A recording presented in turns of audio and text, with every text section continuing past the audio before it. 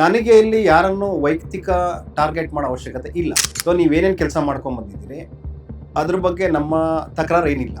ಅದನ್ನು ನೀವು ಒಂದು ವಿಡಿಯೋನ ಮಾಡಿ ಒಂದು ಮಾಧ್ಯಮಕ್ಕೆ ನೀವು ಹೇಳ್ತೀರಾ ಫೋನ್ ಮಾಡಿ, ಅದನ್ನು ವೈರಲ್ ಆಗೋ ಥರ ನೋಡ್ಕೊಳ್ಳಿ. ಅದು 4 ಜನಕ್ಕೆ ಸೋಷಿಯಲ್ ಮೀಡಿಯಾದಲ್ಲಿ ಶೇರ್ ಮಾಡ್ಕೊಂಡಾಗ ಒಂದಷ್ಟು ಜನ ಫಾಲೋವರ್ಸ್ ಇರ್ತಾರೆ. 4 ಜನಕ್ಕೆ ಇನ್ಸ್ಪಿರೇಷನ್ ಆಗ್ಲಿ, ಅವರು ಸಹ ಇದೇ ತರನೇ ಟ್ರೀಟ್ ಮಾಡ್ಲಿ, ಪೌರ ಕಾರ್ಮಿಕರನ್ನ ಗೌರವಿಸಲಿ ಅಂತ ಆ ಒಂದು ಉದ್ದೇಶದಿಂದ ಮಾಡಿರ್ಬೋದಲ್ಲ. NDPS ಆಕ್ಟ್ ಅಲ್ಲಿ ಅರೆಸ್ಟ್ ಆದಾಗ 2020ರಲ್ಲಿ ನವೆಂಬರ್ 3ನೇ ತಾರೀಕು ಅರೆಸ್ಟ್ ಆಗ್ತಿರಲ್ಲ, ಅವಾಗ ಮೀಡಿಯಾದವ್ರು ನಿಮ್ಮ ಹತ್ರ ಬಂದಾಗ ಹೇಳಿದ್ರು ವೈರಲ್ ಮಾಡಿ ಇದನ್ನು ಕೂಡ ನನ್ನ ಘನತೆ ಇವತ್ತು ಇಡೀ ರಾಜ್ಯದಲ್ಲಿ ಬೀದಿ ಪಾಲಾಗಿದೆ, ನಾನು ಏನ್ ಕೆಲಸ ಮಾಡ್ತಿದ್ದೆ ಇಷ್ಟು ದಿನ ಇವತ್ತು ಬಹಿರಂಗ ಆಗಿದೆ ಅಂತ. ಈ ಹಿಟ್ ಆಗ್ತವೆ ಇವೆಲ್ಲ ಅಂತಂದ್ರೆ ಯಾರು ಜನರುಗಳು, ನಮ್ಮ ಕನ್ನಡಿಗರು ಮಾಡಿರೋದು, ಹಿಟ್ ಮಾಡಿರೋದು. ಕನ್ನಡಿಗರು ಕೊಟ್ಟಿರೋ 100 ರೂಪಾಯಿ ಟಿಕೆಟ್ ದುಡ್ಡು, 80 ರೂಪಾಯಿ ಟಿಕೆಟ್ ದುಡ್ಡು, ಅಥವಾ ಗಾಂಧಿ ಕ್ಲಾಸ್ ಅಲ್ಲಿ ಕುತ್ಕೊಂಡು 50 ರೂಪಾಯಿ ಕೊಟ್ಟಿದಾರಲ್ಲ, ಈ ಎಲ್ಲಾ ದುಡ್ಡಿಗೆ ನೀವು ಉತ್ತರದಾಯಿತ್ವ ಇದ್ದೀರಾ. ನೀವು ಸಾರ್ವಜನಿಕ ಜೀವನದಲ್ಲಿ ಇದ್ದೀರಾ, ಕಲಾ ಜೀವನದಲ್ಲಿ ಇದ್ರೆ you should answerable to us. ನಮಸ್ಕಾರ, ನೀವು ನೋಡ್ತಾ ಇದ್ರ ಬಾಸ್ ಟಿವಿ ಕನ್ನಡ. ನಾನು ಮಂಜುನಾಥ್ ಶ್ರೀನಿವಾಸ್. ಸ್ಯಾಂಡಲ್ವುಡ್ ನಲ್ಲಿ ತುಪ್ಪದ ಬೆಡಗಿ ಅಂತ ತಕ್ಷಣ ನೆನಪಾಗುವಂತದ್ದೇ ರಾಗಿಣಿ ದ್ವಿವೇದಿ ಅವರು. ಹಲವಾರು ಸಿನಿಮಾಗಳ ಮೂಲಕ ಹಾಗೇನೆ ಇತ್ತೀಚೆಗೆ ಹಲವಾರು ವಿಭಿನ್ನ ಹಾಡುಗಳ ಮೂಲಕ ಸೊಂಟ ಬಳಸಿ ಸ್ಯಾಂಡಲ್ವುಡ್ ಸಿನಿ ಪ್ರೇಕ್ಷಕರನ್ನ ಎಂಟರ್ಟೈನ್ ಮಾಡ್ತಿದ್ದಾರೆ. ಸೋಷಿಯಲ್ ಮೀಡಿಯಾದಲ್ಲಿ ಸದಾ ಆಕ್ಟಿವ್ ಆಗಿರುವಂತಹ ತುಪ್ಪದ ಬೆಡಗಿ ರಾಗಿಣಿಯವರು ಯಾವಾಗ್ಲೂ ತಮ್ಮ ಅಪ್ಡೇಟ್ಸ್ ಅನ್ನ ಅಭಿಮಾನಿಗಳ ಜೊತೆ ಶೇರ್ ಮಾಡ್ತಿರ್ತಾರೆ. ಅದೇ ರೀತಿ ಇತ್ತೀಚೆಗಷ್ಟೇ ಪೌರ ಕಾರ್ಮಿಕರ ಜೊತೆ ಒಂದಷ್ಟು ವಿಡಿಯೋಗಳನ್ನ ಮಾಡ್ಬಿಟ್ಟು ಅವರು ಸೋಷಿಯಲ್ ಮೀಡಿಯಾದಲ್ಲಿ ಆಗಿರ್ಬೋದು ತಮ್ಮ ಇನ್ಸ್ಟಾಗ್ರಾಮ್ ಖಾತೆಯಲ್ಲಿ ಶೇರ್ ಮಾಡಿದ್ರು. ಸೊ ಈ ವಿಡಿಯೋವನ್ನ ನೋಡಿದಂತಹ ವಕೀಲರಾಗಿರುವಂತಹ ಪ್ರಖ್ಯಾತ್ ಗೌಡ ಅವರು ತಮ್ಮ ಸೋಷಿಯಲ್ ಮೀಡಿಯಾ ಫೇಸ್ಬುಕ್ ಖಾತೆಯಲ್ಲಿ ಒಂದಷ್ಟು ವಿಚಾರಗಳನ್ನ ರಾಗಿಣಿಯವರ ಬಗ್ಗೆ ವಿವರಿಸ್ತಾ ಅದರ ಜೊತೆಗೆ ಒಂದಷ್ಟು ಅವರ ಬಗ್ಗೆ ಬರೆದುಕೊಂಡಿದ್ದಾರೆ. ಸ್ವತಃ ವಕೀಲರಾಗಿರುವಂತಹ ಪ್ರಖ್ಯಾತ್ ಗೌಡ ಅವರು ನಮ್ಮ ಬಾಸ್ ಟಿವಿ ಜೊತೆ ಎಕ್ಸ್ಕ್ಲೂಸಿವ್ ಆಗಿ ಸಿಕ್ಕಿದ್ದಾರೆ. ಇಷ್ಟಕ್ಕೂ ರಾಗಿಣಿಯವರ ಬಗ್ಗೆ ಒಂದಷ್ಟು ರಾಗಿಣಿಯವರು ಪೌರ ಕಾರ್ಮಿಕರನ್ನ ಅವಮಾನಿಸಿದ್ದಾರೆ ಅನ್ನುವಂತಹ ಒಂದಷ್ಟು ವಿಚಾರಗಳ ಜೊತೆಗೆ ಅದ್ರ ಜೊತೆಗೆ ಅವರ ಒಂದು ಸಿನಿಮಾದಲ್ಲಿ ಬಂದಿರುವಂತಹ ಒಂದಷ್ಟು ಲೈಫ್ ಜರ್ನಿಯನ್ನು ಸಹ ಅವರು ಬರೆದುಕೊಂಡಿದ್ದಾರೆ. ಯಾಕೆ ಈ ಒಂದು ಕಾರಣಗಳನ್ನ ಬರ್ಕೊಂಡಿದ್ದಾರೆ, ಇಷ್ಟಕ್ಕೂ ರಾಗಿಣಿಯವರು ಅಂತ ತಪ್ಪು ಏನ್ ಮಾಡಿದ್ದಾರೆ ಅನ್ನುವಂತಹ ಎಲ್ಲಾ ವಿಚಾರಗಳನ್ನ ನಾನು ವಕೀಲರಾಗಿರುವಂತಹ ಪ್ರಖ್ಯಾತ್ ಗೌಡ ಅವ್ರ ಹತ್ರ ನಾನು ಮಾತನಾಡ್ತಾ ಹೋಗ್ತೀನಿ. ಸರ್, ಮೊದಲನೇದಾಗಿ ನಮಸ್ತೆ. ನಮಸ್ಕಾರ ಸರ್. ನಮಸ್ತೆ. ಸೊ ಇತ್ತೀಚೆಗಷ್ಟೇ ರಾಗಿಣಿ ಅವರು ಪೌರ ಕಾರ್ಮಿಕರನ್ನ ತಪ್ಪಿಕೊಂಡಾಗಿರ್ಬೋದು, ಅವರ ನಮ್ಮ ಕಾಲಿಗೆ ಬಿದ್ದು ನಮಸ್ಕಾರ ಮಾಡುವಂತಹ ಒಂದು ವಿಡಿಯೋವನ್ನ ಶೇರ್ ಮಾಡ್ಕೊಂಡಿದ್ರು. ಸೊ ಅಲ್ಲಿ ನೋಡುವಂತಹ ದೃಷ್ಟಿಕೋನದಲ್ಲಿ ಏನಂತಂದ್ರೆ ಅವ್ರು ಗೌರವ ಕೊಡ್ತಿದ್ದಾರೆ ಅನ್ನುವಂಥದ್ದು ಅವರ ಸಿನಿ ಪ್ರೇಕ್ಷಕರಿಗಾಗಿರ್ಬೋದು ಅಥವಾ ರಾಗಿಣಿಯವರ ಅಭಿಮಾನಿಗಳಿಗಾಗಿರ್ಬೋದು ಅಥವಾ ನಾವು ನೋಡುವಂತ ದೃಷ್ಟಿಕೋನದಲ್ಲಿ ಆಗುತ್ತೆ. ಬಟ್ ನೀವು ನಿಮ್ಮ ಫೇಸ್ಬುಕ್ ಖಾತೆಯಲ್ಲಿ ಬರ್ತ್ಕೊಂಡಿದ್ದೀರಾ ಅವಮಾನ ಮಾಡಿದ್ದಾರೆ ಅನ್ನುವಂಥದ್ದು. ಏನಕ್ಕೋಸ್ಕರ ಅವಮಾನ ಮಾಡಿದ್ರು, ಅದು ಯಾವ ಆಂಗಲ್ ಇಂದ ನಿಮ್ಗೆ ಆತರ ಕಾಣಿಸ್ತಿದೆ ಅವಮಾನ ಮಾಡಿರುವಂತದ್ದು ಅಂತ? ಸರ್, ಮೊದಲಿಗೆ ನಾನು ಹೇಳಕ್ ಹೊರಟಿರೋದು ವಿಷಯ, ಈ ಪೌರ ಕಾರ್ಮಿಕರು ಅನ್ನೋದೇನಿದೆ ಬೆಂಗಳೂರಿನಲ್ಲಿ ಸಾವಿರಾರು ಜನ ಇವತ್ತು ಕೆಲಸ ಮಾಡ್ತಾರೆ ಪೌರ ಕಾರ್ಮಿಕರಾಗಿ.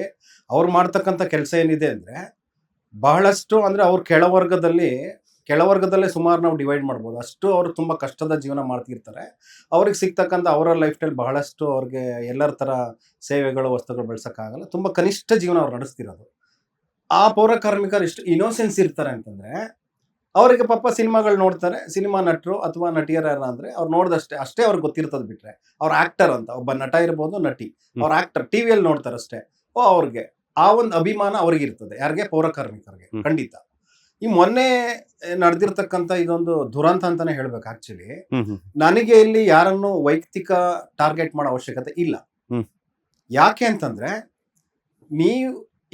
ನೀವು ಎಷ್ಟು ವರ್ಷದಿಂದ ಒಂದು ಸಿನಿಮಾಗಳು ಮಾಡ್ಕೊಂಡು ಬಂದಿದ್ದೀರಾ ಅಥವಾ ನೀವೇನೇನು ಕೆಲಸ ಮಾಡ್ಕೊಂಡು ಬಂದಿದ್ದೀರಿ ಅದ್ರ ಬಗ್ಗೆ ನಮ್ಮ ತಕರಾರು ಏನಿಲ್ಲ. ಮೊನ್ನೆ ನಮಗೆ ತುಂಬಾ ಬೇಜಾರಾಗಿದ್ದು, ನೀವು ಆ ವಿಡಿಯೋನ ನಿಮ್ಮ ಜೊತೆ ಯಾರಿದ್ರು ಅಲ್ಲಿ, ಯಾರ ಹತ್ರ ಮಾಡಿಸಿದ್ರಿ ವಿಡಿಯೋನ, ಅದನ್ನ ನೀವು ಒಂದು ವಿಡಿಯೋನ ಮಾಡಿ ಒಂದು ಮಾಧ್ಯಮಕ್ಕೆ ನೀವು ಹೇಳ್ತೀರಾ ಫೋನ್ ಮಾಡಿ, ಅದನ್ನ ವೈರಲ್ ಆಗೋ ಥರ ನೋಡ್ಕೊಳ್ಳಿ. ಅದು ಕೂಡ ನಮಗೆ ಮಾಹಿತಿ ಕೇಳಿದ್ಮೇಲೆ ಬಹಳಷ್ಟು ಹರ್ಟ್ ಆಯ್ತು ನಮ್ಗೆ. ಅಂದ್ರೆ ಉದ್ದೇಶ ಪೂರ್ವಕವಾಗಿ ಅದ್ರಲ್ಲಿ ಏನ್ ಮಾಡ್ತಾರೆ ಅಂದ್ರೆ, ಅದ್ರಲ್ಲಿ ಒಂದ್ 7-8 ಜನ ಹೆಣ್ಮಕ್ಳಿದ್ದಾರೆ. ಅವರದೇ ಪೌರ ಕಾರ್ಮಿಕರ ಡ್ರೆಸ್ ಹಾಕೊಂಡಿರ್ತಾರೆ. ಕಸ ಗುಡ್ಸಕ್ ಬರ್ತಾರೆ ಸರ್. ಅವರು ಕಸ ಗುಡ್ಸಕ್ಕೆ, ಸ್ವಚ್ಛ ಮಾಡಕ್ಕೆ. ಎಲ್ಲಿಗೆ? ಅದು ಏರಿಯಾ ಯಲಹಂಕ. ರಾಗಿಣಿ ಅವರು ಇರೋದು ಯಲಹಂಕದಲ್ಲೇನೆ. ಜುಡಿಷಿಯಲ್ ಲೇಔಟ್ ಅಂತ ಬರ್ತದೆ. ಜುಡಿಷಿಯಲ್ ಲೇಔಟ್ ಅಂದ್ರೆ ನ್ಯಾಯಾಂಗ ಬಡಾವಣೆ. ಬೆಂಗಳೂರಲ್ಲಿ one of the costliest area ಅದು ಆಕ್ಚುಲಿ. ಅಲ್ಲಿ ತುಂಬಾ ದೊಡ್ಡವರು ಮಾತ್ರ ವಾಸ ಮಾಡ್ತಾರೆ. ಅಲ್ಲಿ ಸಣ್ಣ ಪುಟ್ಟರೆಲ್ಲ ವಾಸ ಮಾಡ್ಲಿಕ್ಕೆ ಆಗಲ್ಲ. ಇವ್ರಿಗೆ ಆ ಮನೇನ ಮುಂದೆ ಕಸ ಗುಡ್ಸೋದು, ಕಸ ಬಾಚ ಕೆಲಸ ಅದು ಮಾಡ್ತಾರೆ. ಇವರು ಮೊನ್ನೆ ನೀವು ಅವ್ರಿಗೆ ಗೌರವ ಕೊಡಬೇಕು ಅಂತಂದ್ರೆ, ಅವ್ರಿಗೇನಾದ್ರು ನೀವು ಸಹಾಯ ಮಾಡಿದ್ರೆ ಅಥವಾ ಬೇರೆ ಏನಾದ್ರು ಮಾಡಿದ್ರೆ, ಅವ್ರ ಜೀವನಕ್ಕೆ ಆರ್ಥಿಕವಾಗಿ ಏನಾದ್ರು ಮಾಡ್ತಿದ್ದೀರಾ, ನಾವು ಮಾಡಿದ್ರೆ ವಿ ಆರ್ ವೆರಿ ಹ್ಯಾಪಿ. ನೀವು ವಿಡಿಯೋ ಮಾಡೋ ಉದ್ದೇಶದಿಂದನೇ, ಅದನ್ನ ವೈರಲ್ ಮಾಡ್ಕೊಬೇಕು ಅನ್ನೋ ಉದ್ದೇಶದಿಂದನೇ ನೀವು ಅದನ್ನ ಅವ್ರ ಜೊತೆ ನೀವು ಅವ್ರನ್ನ ತಬ್ಕೊಳ್ಳೋದ ಏನ್ ಕ್ರಿಯೆ ಮಾಡಿದೀರಾ, ಆಮೇಲೆ ಅಲ್ಲೊಬ್ರು ವಯಸ್ಸಾದವ್ರು ಬರ್ತಾರೆ ಗಂಡಸು, ಅವರು ಪೌರ ಕಾರ್ಮಿಕರೇ, ಅವ್ರ ಕಾಲಿಗೆ ಬೀಳೋ ತರ ನೀವು ಮಾಡ್ತೀರಿ. ಮತ್ತೆ ಅಷ್ಟೆಲ್ಲ ಮಾಡಿ ಒಂದ್ 5 ನಿಮಿಷದ ಇದೆ ಅಷ್ಟೇ. ಅದನ್ನ ನೀವು ಒಂದ್ ಕಡೆ ಇದನ್ನ ವೈರಲ್ ಆಗೋ ತರ ನೋಡ್ಕೊಳ್ಳಿ ಅಂತ ಒಬ್ರು ತಿಳಿಸ್ತೀರಾ. ಇದ್ರ ಹಿಂದೆ ಏನ್ ನಿಮ್ ಉದ್ದೇಶ ಏನಿದೆ ಅಂತ ಅನ್ನೋದು ನಮಗೆ ತುಂಬಾ ಹರ್ಟ್ ಆಗ್ತಕ್ಕಂಥ ವಿಚಾರ. ಜನರ ಪರವಾಗಿ ನಾನು ಕೇಳ್ತಾ ಇರೋ ಪ್ರಶ್ನೆ. ಅದು 4 ಜನಕ್ಕೆ ಸೋಷಿಯಲ್ ಮೀಡಿಯಾದಲ್ಲಿ ಶೇರ್ ಮಾಡ್ಕೊಂಡಾಗ ಒಂದಷ್ಟು ಜನ ಫಾಲೋವರ್ಸ್ ಇರ್ತಾರೆ, ಹ್ಮ್ 4 ಜನಕ್ಕೆ ಇನ್ಸ್ಪಿರೇಷನ್ ಆಗ್ಲಿ, ಹ್ಮ್, ಹ್ಮ್. ಅವರು ಸಹ ಇದೇ ತರನೇ ಟ್ರೀಟ್ ಮಾಡ್ಲಿ, ಪೌರ ಕಾರ್ಮಿಕರನ್ನ ಗೌರವಿಸಲಿ ಅಂತ ಆ ಒಂದು ಉದ್ದೇಶದಿಂದ ಮಾಡಿರ್ಬೋದಲ್ಲ. ಮತ್ತೆ ಗೌರವಿಸೋದು ಅಂತಂದ್ರೆ ನೋಡಿ ಸರ್, ಅವರ ಪೌರ ಕಾರ್ಮಿಕರ ಜೀವನಕ್ಕೆ ನೀವೇನಾದ್ರೂ ನಿಜವಾಗ್ಲೂ ಅವ್ರಿಗೆ ಏನಾದ್ರೂ ನೀವು ಒಂದು ಆರ್ಥಿಕವಾಗಿ ಏನಾದ್ರೂ ಅವ್ರು ಸದೃಢ ಮಾಡೋ ತರದ್ ಏನಾದ್ರು ಇತ್ತು ಅಂದ್ರೆ ಮಾಡಿ ಅದನ್ನು ವೈರಲ್ ಮಾಡಿ. ಹ್ಮ್. ಈ ತೋರಿಕೆಯ ತರದ ಈ ರೀತಿಯ ಅಂದ್ರೆ ಸಾಮಾಜಿಕವಾಗಿ ರೋಡಲ್ಲಿ ಪಬ್ಲಿಕ್ ಆಗಿ ಬಹಿರಂಗವಾಗಿ ತೋರಿಕೆಯ ರೀತಿಯ ಈ ಕ್ರಿಯೆಗಳು ಏನ್ ಮಾಡ್ತಿದ್ದೀರಾ, ಇದ್ಯಾಕ ನಮಗೆ ಅಷ್ಟು ಸಮಂಜಸ ಅಂತ ಅನ್ನಿಸ್ತಿಲ್ಲ. ನೀವು ಇದೇ ವೈರಲ್ ಮಾಡಿ ಅಂತ ಹೇಳೋರು ನೀವು. ನಿಮ್ದು NDPS ಆಕ್ಟ್ ಅಲ್ಲಿ ಅರೆಸ್ಟ್ ಆದಾಗ 2020ರಲ್ಲಿ ನವೆಂಬರ್ 3ನೇ ತಾರೀಕು ಅರೆಸ್ಟ್ ಆಗ್ತಿರಲ್ಲ, ಅವಾಗ ಮೀಡಿಯಾದವ್ರು ನಿಮ್ಮ ಹತ್ರ ಬಂದಾಗ ಹೇಳಿದ್ರ ವೈರಲ್ ಮಾಡಿ ಇದನ್ನು ಕೂಡ ನನ್ನ ಘನತೆ ಇವತ್ತು ಇಡೀ ರಾಜ್ಯದಲ್ಲಿ ಬೀದಿ ಪಾಲಾಗಿದೆ, ನಾನು ಏನ್ ಕೆಲಸ ಮಾಡ್ತಿದ್ದೆ ಇಷ್ಟು ದಿನ ಇವತ್ತು ಬಹಿರಂಗ ಆಗಿದೆ ಅಂತ. ಮೂಲ ರಾಗಿಣಿಯರೇ ಅವ್ರು ನಾನು ಆಗ್ಲೇ ಹೇಳ್ದೆ, ಮಧ್ಯಪ್ರದೇಶದವರು, ಮೂಲ ಕರ್ನಾಟಕದವ್ರು ಏನಲ್ಲ, ರಾಗಿಣಿ ದ್ವಿವೇದಿ. ಅವರ ತಂದೆ ಬಂದು ಮಿಲಿಟರಿಯಲ್ಲಿ ಒಂದು ಒಳ್ಳೆ ಹುದ್ದೆಯಲ್ಲಿದ್ರು, ರಾಗಿಣಿಯವ್ರ ತಂದೆ. ಪಾಪ ಅವ್ರ ಬಗ್ಗೆ ನಮ್ಗೆ ಅಪಾರವಾದ ಗೌರವ ಇದೆ. ಅಲ್ಲಿಂದ ಕರ್ನಾಟಕಕ್ಕೆ ಬರ್ತಾರೆ, ಇವರು ಮಾಡಲಿಂಗ್ ಕ್ಷೇತ್ರಕ್ಕೆ ಬರ್ತಾರೆ, ಪ್ರಸಾದ್ ಬಿದ್ದಪ್ಪ ಅವ್ರ ಜೊತೆ ಪರಿಚಯ ಆಗ್ತದೆ, ಅಲ್ಲಿಂದ ಅವ್ರು ಬಹಳಷ್ಟು ವೇದಿಕೆಯಲ್ಲಿ ಕಾಣಿಸ್ಕೊಳ್ತಾರೆ. ಅದಾದ್ಮೇಲೆ ಹೋಳಿ ಅಂತ ಒಂದು ಸಿನಿಮಾ ಬರುತ್ತೆ, ಅವ್ರು ತುಂಬಾ ಜನ ಗೊತ್ತಿಲ್ಲ, ಅದು ಮೊದಲನೇ ಸಿನಿಮಾ ಹಾಕಿದ್ದು ಹೋಳಿ, ಅದು ರಿಲೀಸೇ ಆಗಲ್ಲ. ಆ ಹೋಳಿ ಸಿನಿಮಾದ ಆಡಿಷನ್ ನಲ್ಲಿ ಇವರ ಫೋಟೋ ಒಂದ್ ಕಡೆ ಸುದೀಪ್ ಅವ್ರಿಗೆ ರೀಚ್ ಆಗುತ್ತೆ. ಸುದೀಪ್ ಅವ್ರಿಗೆ ಹೋದಾಗ ಅವರು ವೀರಮದಕರಿ ಆಡಿಷನ್ ನಡೀತಿರ್ತದೆ. ಆಗ ವೀರಮದಕರಿ ಸಿನಿಮಾಗೆ ಸುದೀಪ್ ಅವರು ರಾಗಿಣಿ ಅವ್ರನ್ನ ಆಯ್ಕೆ ಮಾಡ್ತಾರೆ. ಅದು ಆಕೆ ಮೊದಲ ರಿಲೀಸ್ ಆದ ಚಿತ್ರ ಯಾವುದು, ವೀರಮದಕರಿ. ಅದು ಚೆನ್ನಾಗಿ ಅವ್ರಿಗೆ ಸಕ್ಸಸ್ ಆಗ್ತದೆ, ರಾಗಿಣಿ ಅವ್ರಿಗೆ ಹೆಸರು ಬರುತ್ತೆ. ಅದಾದ್ಮೇಲೆ ಕಂಟಿನ್ಯೂ 2ನೇ ಸಿನಿಮಾ ಮಾಡ್ತಾರೆ ಸುದೀಪ್ ಸರ್ ಜೊತೆಗೆ, ಕೆಂಪೇಗೌಡ ಅಂತ ಹೇಳಿ. ಅದು ಚೆನ್ನಾಗಿ ಒಳ್ಳೆ ಕಮರ್ಷಿಯಲ್ ಹಿಟ್ ಆಗ್ತದೆ. ಈ ಹಿಟ್ ಆಗ್ತವೆ ಇವೆಲ್ಲ ಅಂತಂದ್ರೆ ಯಾರು ಜನರುಗಳು, ನಮ್ಮ ಕನ್ನಡಿಗರು ಮಾಡಿರೋದು, ಹಿಟ್ ಮಾಡಿರೋದು. ಕನ್ನಡಿಗರು ಕೊಟ್ಟಿರೋ 100 ರೂಪಾಯಿ ಟಿಕೆಟ್ ದುಡ್ಡು, 80 ರೂಪಾಯಿ ಟಿಕೆಟ್ ದುಡ್ಡು, ಅಥವಾ ಗಾಂಧಿ ಕ್ಲಾಸ್ ಅಲ್ಲಿ ಕುತ್ಕೊಂಡು 50 ರೂಪಾಯಿ ಕೊಟ್ಟಿದಾರಲ್ಲ, ಈ ಎಲ್ಲಾ ದುಡ್ಡಿಗೆ ನೀವು ಉತ್ತರದಾಯಿತ್ವ ಇದ್ದೀರಾ. ನೀವು ಸಾರ್ವಜನಿಕ ಜೀವನದಲ್ಲಿ ಇದ್ದೀರಾ, ಕಲಾ ಜೀವನದಲ್ಲಿ ಇದ್ರೆ you should answerable to us. ನಾನು ಪಬ್ಲಿಕ್ ಪರವಾಗಿ ನಾನು ಕೇಳ್ತಾ ಇದ್ದೀನಿ, ನೀವೊಬ್ರು ನಟಿಯಾಗಿ ಗುರುತಿಸ್ಕೊಂಡವರು, ಆ ನಟಿ ಅನ್ನೋ ಒಂದು ಐಡೆಂಟಿ ಕಾರ್ಡ್ ನ ಇಟ್ಕೊಂಡು ನೀವು ಅದನ್ನ ಬಿಟ್ಟು ಹೊರತುಪಡಿಸಿ ಮಾಡಿದಿರಲ್ಲ ಕೆಲಸಗಳು, ಏನೇನ್ ಮಾಡ್ಕೊಂಡ್ ಬರ್ತಿದ್ದಾರೆ. ನಮಗ್ ಬಂದಿರೋ ಅಷ್ಟು ಮಾಹಿತಿ ಪ್ರಕಾರ ನೀವು ಆ ಒಂದು NDPS ಆಕ್ಟ್ ನಲ್ಲಿ ಅರೆಸ್ಟ್ ಆಗೋ ತನಕ ನೀವು ಮಾಡ್ತಕ್ಕಂತ ಅಷ್ಟು ಕೆಲಸಗಳು ಯಾರಿಗೂ ಗೊತ್ತಾಗಲ್ಲ. ಅಲ್ಲಿ ಒಬ್ಬ ರೀಜನಲ್ ಟ್ರಾನ್ಸ್ಪೋರ್ಟ್ ಆಫೀಸಲ್ಲಿ ಕೆಲಸ ಮಾಡೋ ಒಬ್ಬ ಕ್ಲರ್ಕ್ BK ರವಿಶಂಕರ್ ಅಂತ ಹೇಳಿ, ಅಂದ್ರೆ ಅವನೊಬ್ಬ ಕ್ಲರ್ಕ್. ನೀನೊಬ್ಬ ದೊಡ್ಡ ನಟಿ ಅಂತ ನೀವ್ ಹೇಳ್ಕೊತೀರಾ, ನಮ್ಗೇನ್ ಆತರ ಏನ್ ಅನ್ಸಿಲ್ಲ, ಅದು ನೀವ್ ಹೇಳ್ಕೋಬಹುದು ಅಷ್ಟೇನೆ, ಆಯ್ತಾ. ಅಂತ ಒಬ್ಬ ಕ್ಲರ್ಕ್ ಅನ್ನು ಕೂಡ ನೀವು ಕಾಂಟ್ಯಾಕ್ಟ್ ಇಟ್ಕೊಂಡು ಅವ್ರ ಮೂಲಕ ಒಂದು ನೋಡಿ, ಈ ನಾರ್ಕೋಟಿಕ್ಸ್ ಏನ್ NDPS ಆಕ್ಟ್ ಬರ್ತದೆ, ಬಹಳ ಸರ್ ಅದು ತುಂಬಾ ಸೀರಿಯಸ್ ಆಕ್ಟ್. ಅದು ತುಂಬಾ ಏನಪ್ಪಾ ಅಂತಂದ್ರೆ ಡ್ರಗ್ಸ್ ನ ನೀವು ಉಪಯೋಗಿಸೋದು, ಆಮೇಲೆ ಡ್ರಗ್ಸ್ ನ ಇನ್ನೊಬ್ಬರಿಗೆ ಮಾರೋದು. ಡ್ರಗ್ಸ್ ಪೆಡ್ಲರ್ ಅಂತಂದ್ರೆ ಈಗ ನಿಮ್ಗೆ ಯಾರ ಕಡೆಯಿಂದನೂ ಡ್ರಗ್ಸ್ ಬರ್ತದೆ, ನೀವು ಆ ಡ್ರಗ್ಸ್ ನ ಇನ್ನೊಬ್ರು ಸಪ್ಲೈ ಮಾಡ್ತೀರಾ, ಅವನು ಇನ್ನೊಬ್ಬಂಗ್ ಮಾಡ್ತಾನೆ. ಚೈನ್ ಲಿಂಕ್ ತರ ಇರೋದನ್ನ ಈ ಭಾಷೆಯಲ್ಲಿ ಏನಂತ ಕರಿತೀವಿ ಅಂದ್ರೆ ಡ್ರಗ್ಸ್ ಪೆಡ್ಲರ್ಸ್ ಅಂತ ಕರೀತಾರೆ. ಸೊ ನಾರ್ಕೋಟಿಕ್ಸ್, ಡ್ರಗ್ಸ್, ಸೈಕೋಪಾಥಿಕ್ ಸಬ್ಸ್ಟಾನ್ಸ್ ಅಂತ ಬರ್ತದೆ. ತುಂಬಾ ಇದು ಎಂತ ಸೆಕ್ಷನ್ ಅಂತಂದ್ರೆ ನಿಮಗೆ ಇದರಲ್ಲಿ ನಾನು ಹೇಳ್ತೀನಿ ಕೇಳಿ. ಸೊ ಅಂಡರ್ ಸೆಕ್ಷನ್ 21A ಪ್ರಕಾರ NDPS ಆಕ್ಟ್ ಅಲ್ಲಿ ಅಪ್ ಟು 10 ವರ್ಷದ ತನಕ ಜೈಲು ಶಿಕ್ಷೆ ಇದೆ. ಅವ್ರಿಗೆ ಆಗ್ಬೇಕಾಗಿತ್ತು. ಯಾಕೆಂದ್ರೆ ರಾಗಿಣಿ ಅವರು ಈ ವಿಚಾರದಲ್ಲಿ ಅರೆಸ್ಟ್ ಆದಾಗ ನೋಡಿ, ನಾವ್ ಯಾಕೆ ಇವ್ರು ಅರೆಸ್ಟ್ ಆದ್ರು ಅಂತಾನೆ ಮಾತಾಡ್ತೀವಿ ಅಂದ್ರೆ, ಅವ್ರು ಆಗ ಡ್ರಗ್ ಪೆಡ್ಲರ್ ಆಗಿ ಸಿಗಾಕೊಂಡಾಗ ಅದು ಮಾಡ್ತಿ ಸುಮಾರು ವರ್ಷಗಳಿಂದ ಸಿಗಾಕೊಂಡಿದ್ದಷ್ಟೇ 2020 ನವೆಂಬರ್ 4ರಲ್ಲಿ ಅರೆಸ್ಟ್ ಆಗಿದ್ದು. ಬಟ್ ಅದನ್ನ ಅವರು ಎಷ್ಟು ವರ್ಷದಿಂದ ನಡ್ಸ್ಕೊಂಡ್ ಬರ್ತಿದ್ರು ಅಂದ್ರೆ, ಪೊಲೀಸರು ಹೇಳಿರೋ ಪ್ರಕಾರ ಕಮಿಷನರ್ ಸಂದೀಪ್ ಪಾಟೀಲ್ ಅವರು ಮತ್ತೆ ಕಮಲ್ ಪಂತ್ ಅವಾಗ ಕಮಿಷನರ್ ಆಗಿದ್ರು. ಸಂದೀಪ್ ಪಾಟೀಲ್ ಅವರು ಕ್ರೈಮ್ಗೆ ಕಮಿಷನರ್ ಇದಾಗಿದ್ರು. ಅವರು ಹೇಳಿರೋ ಪ್ರಕಾರ ಅವರು ರಾಗಿಣಿ ಅವರ ಮನೆಗೆ ಯಲಹಂಕದಲ್ಲಿರೋ ಫ್ಲಾಟ್ಗೆ ಅವರು ರೈಡ್ ಮಾಡಿದಾಗ ಅಲ್ಲಿ ಸಿಗರೇಟಿನ ಒಳಗಡೆ ಡ್ರಗ್ಸ್ ನ ಹಲವಾರು ಅಂಶಗಳನ್ನ ಅಳವಡಿಸಿ ಅದಕ್ಕೆ ಪ್ಯಾಕ್ ಮಾಡಿ ಇಟ್ಟಿದ್ರು. ಅದರ ಜೊತೆಗೆ ಹಲವಾರು ವಸ್ತುಗಳನ್ನ ಪೊಲೀಸರು ರಿಕವರಿ ಮಾಡಿದ್ದಾರೆ. So it's with all records ಇದು. ಸೊ ಇದನ್ನೆಲ್ಲ ರೆಕಾರ್ಡ್ ಮಾಡಿ ಇದನ್ನ ಎವಿಡೆನ್ಸ್ಗಳನ್ನ ವಶಪಡಿಸ್ಕೊಂಡ ನಂತರ ಆಕೆ ಮನೆಯಿಂದ ಫ್ಲಾಟ್ ಇಂದ ಆಕೆಯನ್ನ ಡಿಟೈನಿಂಗ್ ಮಾಡಿದ್ದು. ಹ್ಮ್. ಆಗ ಹೊರಗಡೆ ಬರ್ತದೆ ಹೆಸರು ಬಿ ಕೆ ರವಿಶಂಕರ್ ಅಂತ ಹೇಳಿ, ರಾಹುಲ್ ಶೆಟ್ಟಿ ಅಂತ ಹೇಳಿ. ಹ್ಮ್. ಇವ್ರಗಳ್ದೆಲ್ಲ ಮೂಲ ಏನು ಅಂತಂದ್ರೆ, ಅವನು ಡೆಲ್ಲಿ ಮೂಲದವನು ಇನ್ನೊಬ್ಬ ವ್ಯಕ್ತಿ ಇದ್ದಾನೆ, ಇಮಾನ್ ಖತ್ರಿ ಅಂತ ಒಬ್ಬ ವ್ಯಕ್ತಿ ಬರ್ತಾನೆ. ಗಾಲಾ ಪಾರ್ಟಿಗಳು ಅಂತ ಆಯೋಜನೆ ಮಾಡೋದು. ಅಲ್ಲಿ ತುಂಬಾ ಬಹಳಷ್ಟು ಶ್ರೀಮಂತರ ಮಕ್ಕಳುಗಳು, ರಾಜಕಾರಣಿ ಮಕ್ಕಳುಗಳು ಬಂದಲ್ಲಿ ರಾತ್ರಿ ಹೊತ್ತು, ಅದರಲ್ಲೂ ವೀಕೆಂಡ್ ಅಲ್ಲಿ ಅವರಲ್ಲಿ ದೇ ಆರ್ ಟೇಕಿಂಗ್ ಡ್ರಗ್ಸ್.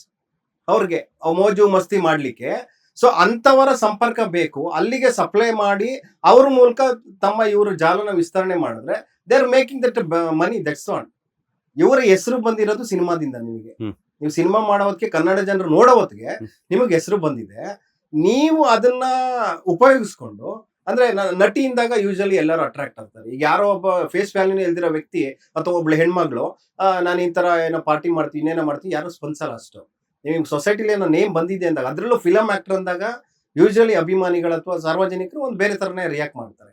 ಅದನ್ನ ಯೂಸ್ ಮಾಡ್ಕೊಂಡು ನೀವು ಪಾರ್ಟಿಗಳನ್ನ ಮಾಡಿ, ಇದೆಲ್ಲ ಮೀಡಿಯಾದಲ್ಲಿ ಬಂದಿದೆ, ವಿತ್ ರೆಕಾರ್ಡ್ಸ್ ಇದೆ, ಪ್ರಿಂಟ್ ಮೀಡಿಯಾದಲ್ಲೂ ಕೂಡ. ಅಲ್ಲ, ನೀವ್ ಹೇಳ್ತಿರೋದೆಲ್ಲ ನಿಜ. ಹಾ. ಅದೆಲ್ಲ ಬಂದಿದ್ದಾಯ್ತು, ಹಾಗಿದ್ದಾಯ್ತು. ಈಗ ರಾಗಿಣಿ ಅವರು ಆ ಕೇಸಿಂದ ಕೋರ್ಟ್ ಇಂದ ಖುಲಾಸೆ ಬಂದಿದ್ದು ಆಯ್ತು. ಖುಲಾಸೆ ಆಗಿಲ್ಲ. ಖುಲಾಸೆ ಏನಾಗಿಲ್ಲ ಅವ್ರಿಗೆ. ಸುಪ್ರೀಂ ಕೋರ್ಟ್ ಇಂದ ಅವ್ರಿಗೆ ಏನಪ್ಪಾ ಅಂದ್ರೆ ರಿಲೀಫ್ ಮಾಡಿದಾರೆ ಅಷ್ಟೇ. ದಟ್ಸ್ ನಾಟ್ ಮೀನ್ ಅವ್ರಿಗೆ ಏನು ಮಾಡಿಲ್ಲ ಅಂತ ಅಲ್ಲ. ಅದನ್ನ ನೆಕ್ಸ್ಟ್ ಅಪೀಲ್ ಮಾಡ್ಬೇಕಾಗಿತ್ತು, ಮಾಡಿಲ್ಲ. ಅಂದ್ರೆ ಇವಾಗ ಅವ್ರಿಗೆ ನೆಕ್ಸ್ಟ್ ಯಾವ್ದೇ ರೀತಿಯಂತಹ ಸುಪ್ರೀಂ ಕೋರ್ಟ್ ಇಂದ ನೋಡಿ ಸರ್, ಅವ್ರಿಗೆ ಬೇಲ್ ಆಯ್ತು ರಾಗಿಣಿ ಅವ್ರಿಗೆ. ಹಾಗಾಗಿ ಅಷ್ಟೇ ಬಿಟ್ರೆ ಅವ್ರು ನಿರಪರಾಧಿ ಅಂತ ಏನು ಪ್ರೂವ್ ಆಗಿಲ್ಲ. ಇನ್ನು ಪ್ರೂವ್ ಆಗಿಲ್ಲ ಸರ್, ಆಗಿಲ್ಲ. ನಿರಪರಾಧಿ ಅಂತ ಸ್ಟಿಲ್ ಇಟ್ಸ್ ನಾಟ್ ಪ್ರೂವ್. ಹಾಗಾಗಿ ಸುಪ್ರೀಂ ಕೋರ್ಟ್ಗೆ ಒಬ್ಳು ಕನ್ನಡದ ನಟಿ ಹೋಗಿ ಇಮಿಡಿಯೇಟ್ ಎಷ್ಟು ಅಂದ್ರೆ ಒಂದು 140 days ಜೈಲಲ್ಲಿ ಇರ್ತಾರೆ. 10 ವರ್ಷ ಜೈಲು ಶಿಕ್ಷೆ ಆಗ್ಬೇಕಾಗಿರ್ತಕ್ಕಂಥ ಕೇಸ್ನಲ್ಲಿ 6 ತಿಂಗಳೊಳಗಡೆ ಹೊರಗಡೆ ಬಂದ್ಬಿಡ್ತಾರೆ. ಅಂದ್ರೆ ಅವರ ಒಂದು ಕಾಂಟ್ಯಾಕ್ಟ್ ಗಳು ಯಾವ ಲೆವೆಲ್ಗೆ ಇರ್ಬೋದು. ಆಮೇಲೆ ಈ ತನಿಖೆ ಇನ್ನೂ ದೊಡ್ಡ ಮಟ್ಟದಲ್ಲಿ 10 ವರ್ಷ ಶಿಕ್ಷೆ ಆಗದೆ ಇರೋದಿಕ್ಕೆ ಯಾವ ಮಿನಿಸ್ಟ್ರು ಕಾರಣ ಇದ್ದಾರೆ, ಇವೆಲ್ಲದಕ್ಕೂ ಉತ್ತರ ಕೊಡ್ಬೇಕಾಗ್ತದೆ. ಈಗ ನಾವು ದಿನ ನೋಡ್ತಾ ಇರ್ತೀವಿ, ಮಾಧ್ಯಮಗಳನ್ನ ನೋಡ್ತಾ ಇರ್ತೀವಿ. ಸೊ ನೀವು ಮಾಡ್ತಿರೋ ಕೆಲಸಗಳು ಏನು? ನೀವು ಸಾಮಾಜಿಕವಾದಂತ ಕೆಲಸ ಮಾಡಿದ್ರೆ ನಮಗ್ ಖುಷಿ ಇದೆ, ಅದ್ರ ಬಗ್ಗೆ ಏನಿಲ್ಲ. ಪೇಪರ್ಗಳ ಹೆಸರು ಕೇಳೋದ್ ಬೇಡ. ನೀವು ಗೋವಾಗ್ ಹೋಗ್ತೀರಾ, ದುಬೈಗೆ ಹೋಗ್ತೀರಾ, ಬ್ಯಾಂಕಾಕ್ ಹೋಗ್ತೀರಾ, ನಿಮಗೆ ಅಂತಾನೆ ಒಂದು ಪೇಜ್ ಮಾಡಿಟ್ಟಿದ್ದಾರೆ. ಒಂದು ಪೇಪರ್ ಅಲ್ಲಿ 3 ಪಾರ್ಟಿ ಪೇಜ್ ಅಂತ ಇರುತ್ತೆ. ಅದರಲ್ಲಿ ಇವ್ರದ್ದು ಸಿನಿಮಾಗಳು ಇಲ್ದಿದ್ರು ಕೂಡ ಮಾರ್ಕೆಟಿಂಗ್ ಮಾಡ್ಕೊಳ್ಳೋ ಸ್ಟ್ರಾಟಜಿ ಅವ್ರಿಗೆ ತುಂಬಾ ಚೆನ್ನಾಗಿದೆ. ಮಾಡ್ಕೊಂತ ಬರ್ತಾ ಇದಾರೆ, ಸ್ಟ್ರಾಟಜಿಗಳು ಮಾಡ್ಕೊಂಡ್ ಬರ್ತಿದ್ದಾರೆ. ಹೊರಗಡೆ ಜನಕ್ಕೆ ಏನು ಗೊತ್ತಿರಲ್ಲ ಏನ್ ನಡೀತಿದೆ ಅಂತ. ಅವ್ರು ಹೋಗಿ ಯಾವ್ದಾದ್ರು ಒಂದು ಡ್ರೆಸ್ ತಗೊಂಡ್ರು ಕೂಡ ಪಬ್ಲಿಸಿಟಿ ಮಾಡಿಸೋದು, ಅಷ್ಟೆಲ್ಲ ಹುಚ್ಚಿದೆ ಅವ್ರಿಗೆ, ಅಷ್ಟೆಲ್ಲ ಹುಚ್ಚಿದೆ. ಅದನ್ನೆಲ್ಲ ಮಾಡ್ತಾರೆ. ನೀವು ಇಷ್ಟೆಲ್ಲ ಮಾಡಿದ್ಮೇಲೆ ಜನಕ್ಕೋಸ್ಕರ, ಬಡವ್ರಿಗೋಸ್ಕರ ಏನ್ ಮಾಡಿ ನಮ್ಗೇನ್ ಅದ್ ಮಾಹಿತಿ ಇಲ್ಲ. ಅಲ್ಲ, ಈಗ ನಾನು ಹೇಳುವಂತ ಒಂದು ವಿಚಾರ ಏನಂತಂದ್ರೆ, ಪೌರ ಕಾರ್ಮಿಕರನ್ನ ತಮ್ಮ ಸೋಷಿಯಲ್ ಮೀಡಿಯಾದಲ್ಲಿ ಒಂದಷ್ಟು ಅಗ್ ಮಾಡುವಂತದ್ದಾಗಿರ್ಬೋದು, ಅವ್ರ ಗೌರವ ಕೊಡುವಂತದ್ದಾಗಿರ್ಬೋದು, 4 ಜನಕ್ಕೆ ಇನ್ಸ್ಪಿರೇಷನ್ ಆಗ್ಲಿ ಅಂತ ಹೇಳ್ಬಿಟ್ಟು ಶೇರ್ ಮಾಡಿರ್ಬೋದು. ಸೋಷಿಯಲ್ ಮೀಡಿಯಾ ಈಗ ಯಾವ ರೀತಿ ಇದೆ ಅಂತಂದ್ರೆ ತುಂಬಾ ಬೆಳೆದ್ ಬಿಟ್ಟಿದೆ. ಮನೆಯಲ್ಲೇ ಮೊಬೈಲ್ ಕುತ್ಕೊಂಡು ಇಂಟರ್ನೆಟ್ ಒಂದಿತ್ತು ಅಂತಂದ್ರೆ ಎಲ್ಲೆಲ್ಲಿ ಏನೇನ್ ನಡೀತಿದೆ ಅನ್ನುವಂತ ಎಲ್ಲಾ ಇನ್ಫಾರ್ಮೇಶನ್ ನಾವು ಗ್ಯಾದರ್ ಮಾಡ್ಬೋದು.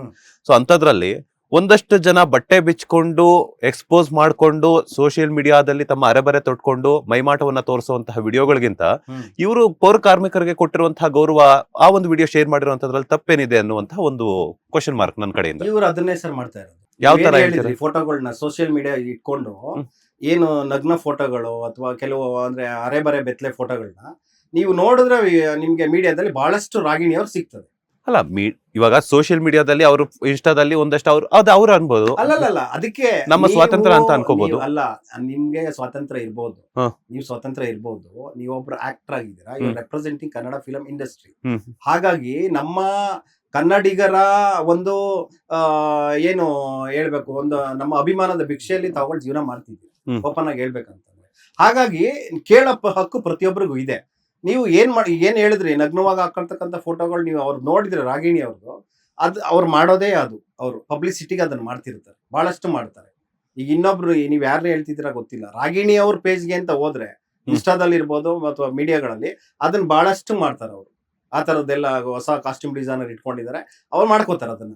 ನಾನು ಹೇಳ್ತಿರೋದು, ನೀವು ಪೌರ ಕಾರ್ಮಿಕರಿಗೆ ಬಗ್ಗೆ ನಿಮ್ಗೆ ಯು ಹ್ಯಾವ್ ಕನ್ಸರ್ನ್, ನಿಜವಾದ ಕನ್ಸರ್ನ್ ಇತ್ತು ಅಂದ್ರೆ ಅವ್ರಿಗೇನಾದ್ರೂ ಆರ್ಥಿಕವಾಗಿ ಏನಾದ್ರು ಸಹಾಯ ಮಾಡಿರೋ ಮಾಹಿತಿ ತಮ್ಮ ಕಡೆಯಿಂದ ಏನಾದ್ರು ನಮಗ್ ಬಂದಿದ್ಯಾ? ಏನಾದ್ರು ಕೊಟ್ಟಿದ್ದೀರಾ ನೀವು? ಒಂದು ಏನಾದ್ರು ಮಾಡಿದ್ದೀರಾ? ಆ ತರದ್ ಯಾವ್ದು ಇದುವರೆಗೂ ಬಂದಿಲ್ಲ. ಅಥವಾ ಬಡವರ್ಗದವ್ರಿಗೆ ಬೇರೆಯವ್ರಿಗೆ ಏನಾದ್ರು ಮಾಡಿದೀರಾ ಅನ್ನೋದು ಯಾವುದೂ ಇಲ್ಲ. ಇದೆಲ್ಲದಕ್ಕೂ ಮುಂಚೆ ಹೇಳ್ಬೇಕಂದ್ರೆ, ಮೊನ್ನೆ ಫಿಲಂ ಚೇಂಬರ್ ನಲ್ಲಿ ಒಂದು ಮಹಿಳೆಯರ ಪರ ಒಂದು ಕಮಿಟಿ ಮಾಡ್ಬೇಕು ಅಂತ ಒಂದು ಮೀಟಿಂಗ್ ಆಗ್ತದೆ. ಹೌದು. ಅವತ್ ನೀವು ಧ್ವನಿನೇ ಎತ್ತಲಿಲ್ವಲ್ಲ.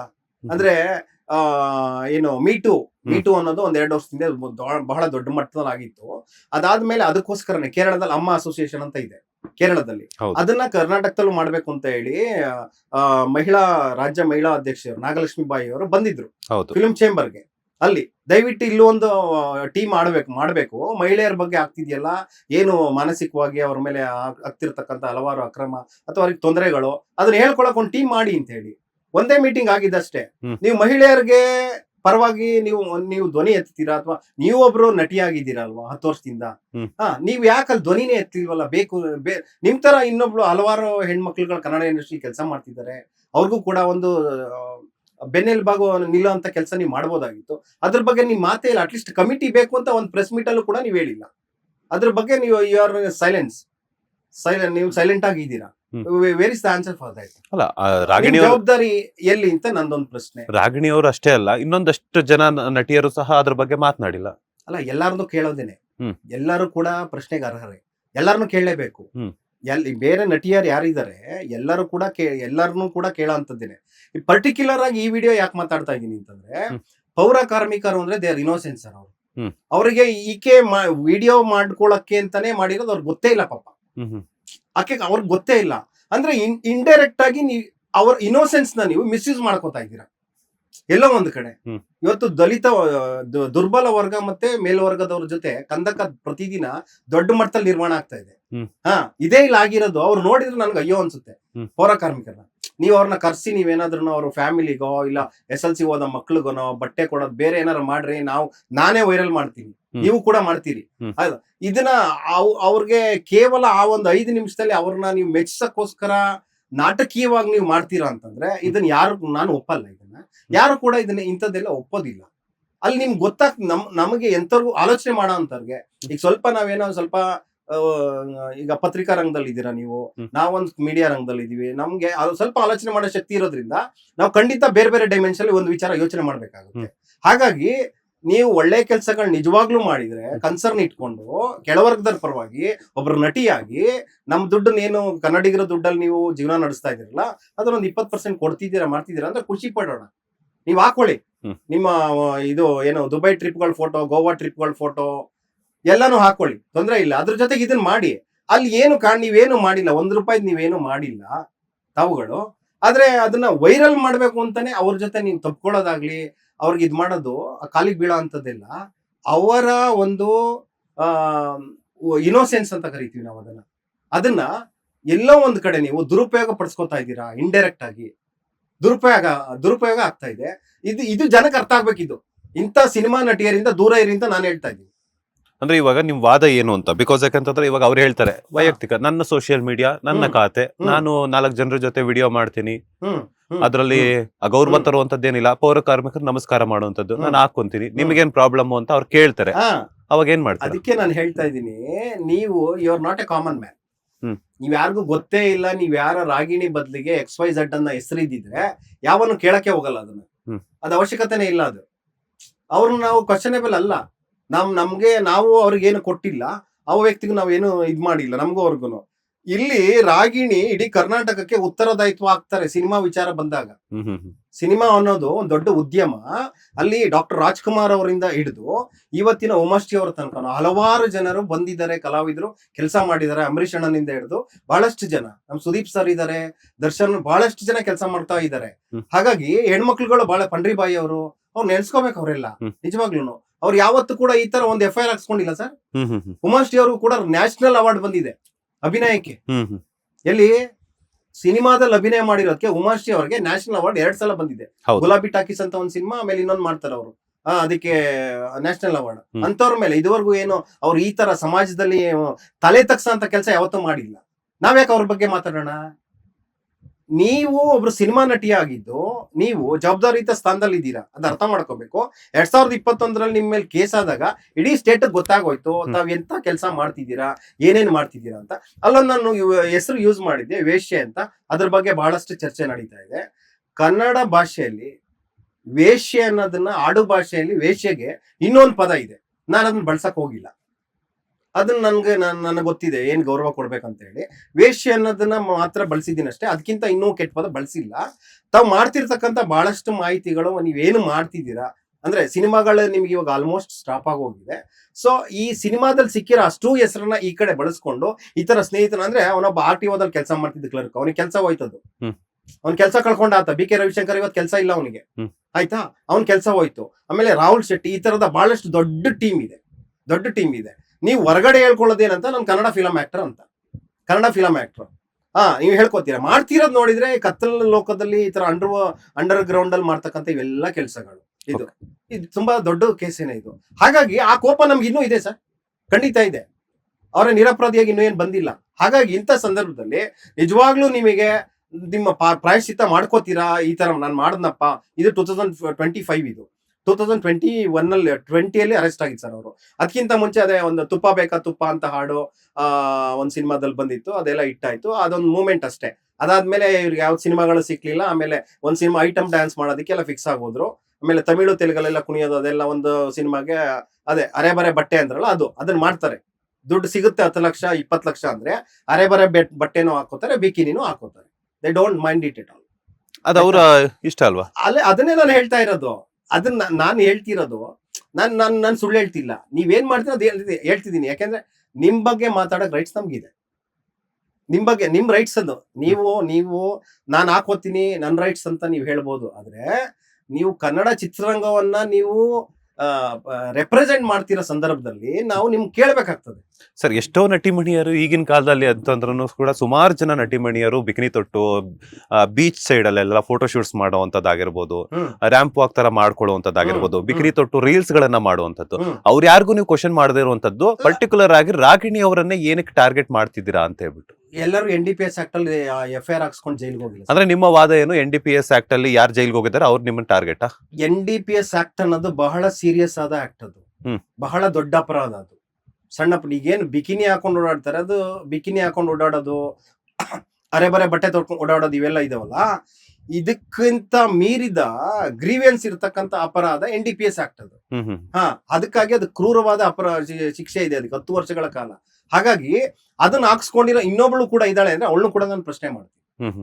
ನಾನು ಪ್ರಶ್ನೆ ಮಾಡೋದೇನೆ. ಇನ್ನೊಬ್ಳು ಇದ್ದಾರೆ ಅಥವಾ ಇನ್ನೊಬ್ಬ ಇದ್ದಾನೆ ಅಂದ್ರೆ ಅದನ್ನು ನಾನು ಪ್ರಶ್ನೆ ಮಾಡೋದೇನೆ. ಅದ್ರಲ್ಲಿ ಏನಿಲ್ಲ, ಡೌಟ್ ಇಲ್ಲ. I am not targeting Ragini place ಅಲ್ಲಿ XYZ ಇನ್ನೊಬ್ರು ಯಾರೋ ಇದ್ರೆ ಪ್ರಶ್ನೆ ಮಾಡೋದೇನೆ, ಖಂಡಿತವಾಗ್ಲೂ. ಹಾಗಾಗಿ ಇವ್ರು ಈ ತರ ಕೆಲಸ ಮಾಡ್ಕೊಂಡು ಇವ್ರ ಅಕ್ಕ ತಂಗಿರ್ ಇಬ್ರು ಏನ್ ಕಮ್ಮಿ ಇಲ್ಲ. ಸಂಜನಾ ಗರ್ಲರಿ ಅಂದ್ರೆ ಅಕ್ಕ ತಂಗಿ ಅಂತಾನೆ ಕರಿಬೇಕು ಅವ್ರನ್ನ.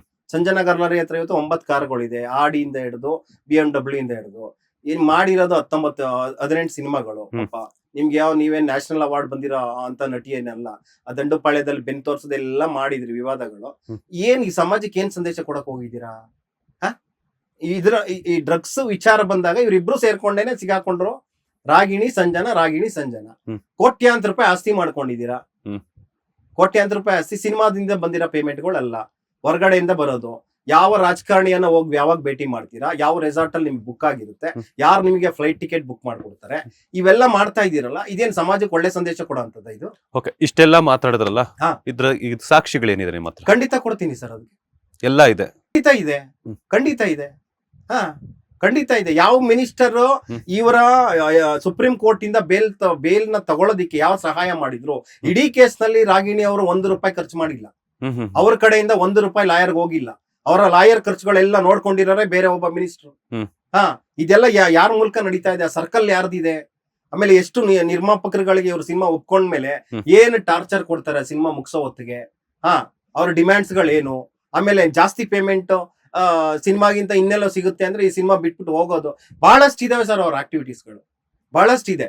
ವಿಧಾನಸೌಧದಲ್ಲಿ ಇರ್ತಕ್ಕಂಥ 224 ಜನ ಕಳ್ಳರು ಅಂತಾನೆ ಕರಿತೀನಿ ನಾನು. ಯಾವಾಗ್ಲೂ ಹೇಳ್ತೀನಿ, ನಾನು ಫೇಸ್ಬುಕ್ ಲೈವ್ ಅಲ್ಲಿ ತುಂಬಾ ಸಲ ಅಲ್ಲಿ ಇರ್ತಕ್ಕಂಥ 224 ಜನ ಏನಿದ್ದಾರೆ, ಇಡೀ ನಮ್ಮ ಕರ್ನಾಟಕದ 95% ಆಸ್ತಿ ಅವ್ರ ಹತ್ರ ಇದೆ.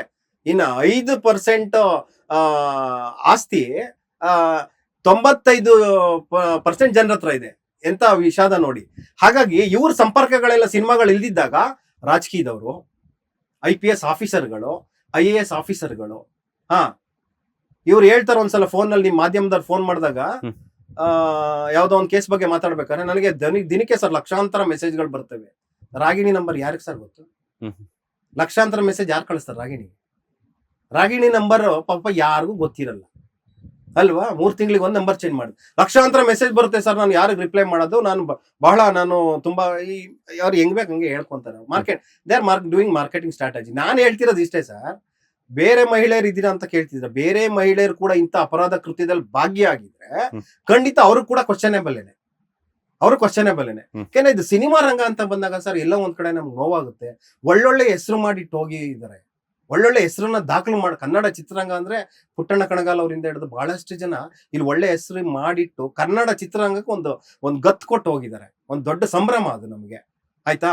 ಇಂಥ ಸಂದರ್ಭದಲ್ಲಿ ನೀವು ಮಾಡ್ಕೋತಿರಲ್ಲ ಇಂಥ ಕೆಲಸಗಳು, ಇದಕ್ ನಾವು ಆನ್ಸರ್ ಅಲ್ಲಿ ತಮಿಳ್ನಾಡೋನ್ ಯಾರೋ ಒಬ್ಬ ಕೇಳ್ತಾನೆ, ಏನ್ರಿ ನಿಮ್ ಕರ್ನಾಟಕದಲ್ಲಿ ಹಿಂಗ್ ಮಾಡಿದ್ರಲ್ಲ ಅಂತ, ಏನ್ ಉತ್ತರ ಕೊಡ್ಬೋದು ನಾವು ಅದನ್ನ ಸಮರ್ಥಿಸ್ಕೋಬೇಕಾ? ಹೌದ್ರಿ ನಮ್ಮ ಹೀರೋಯಿನ್ಗಳು ಹಂಗ್ ಮಾಡ್ತಾರೆ, ಅದು ಅವ್ರಿಷ್ಟ ಅಂತ ಹೇಳ್ಬೋದಾ ನಾವು?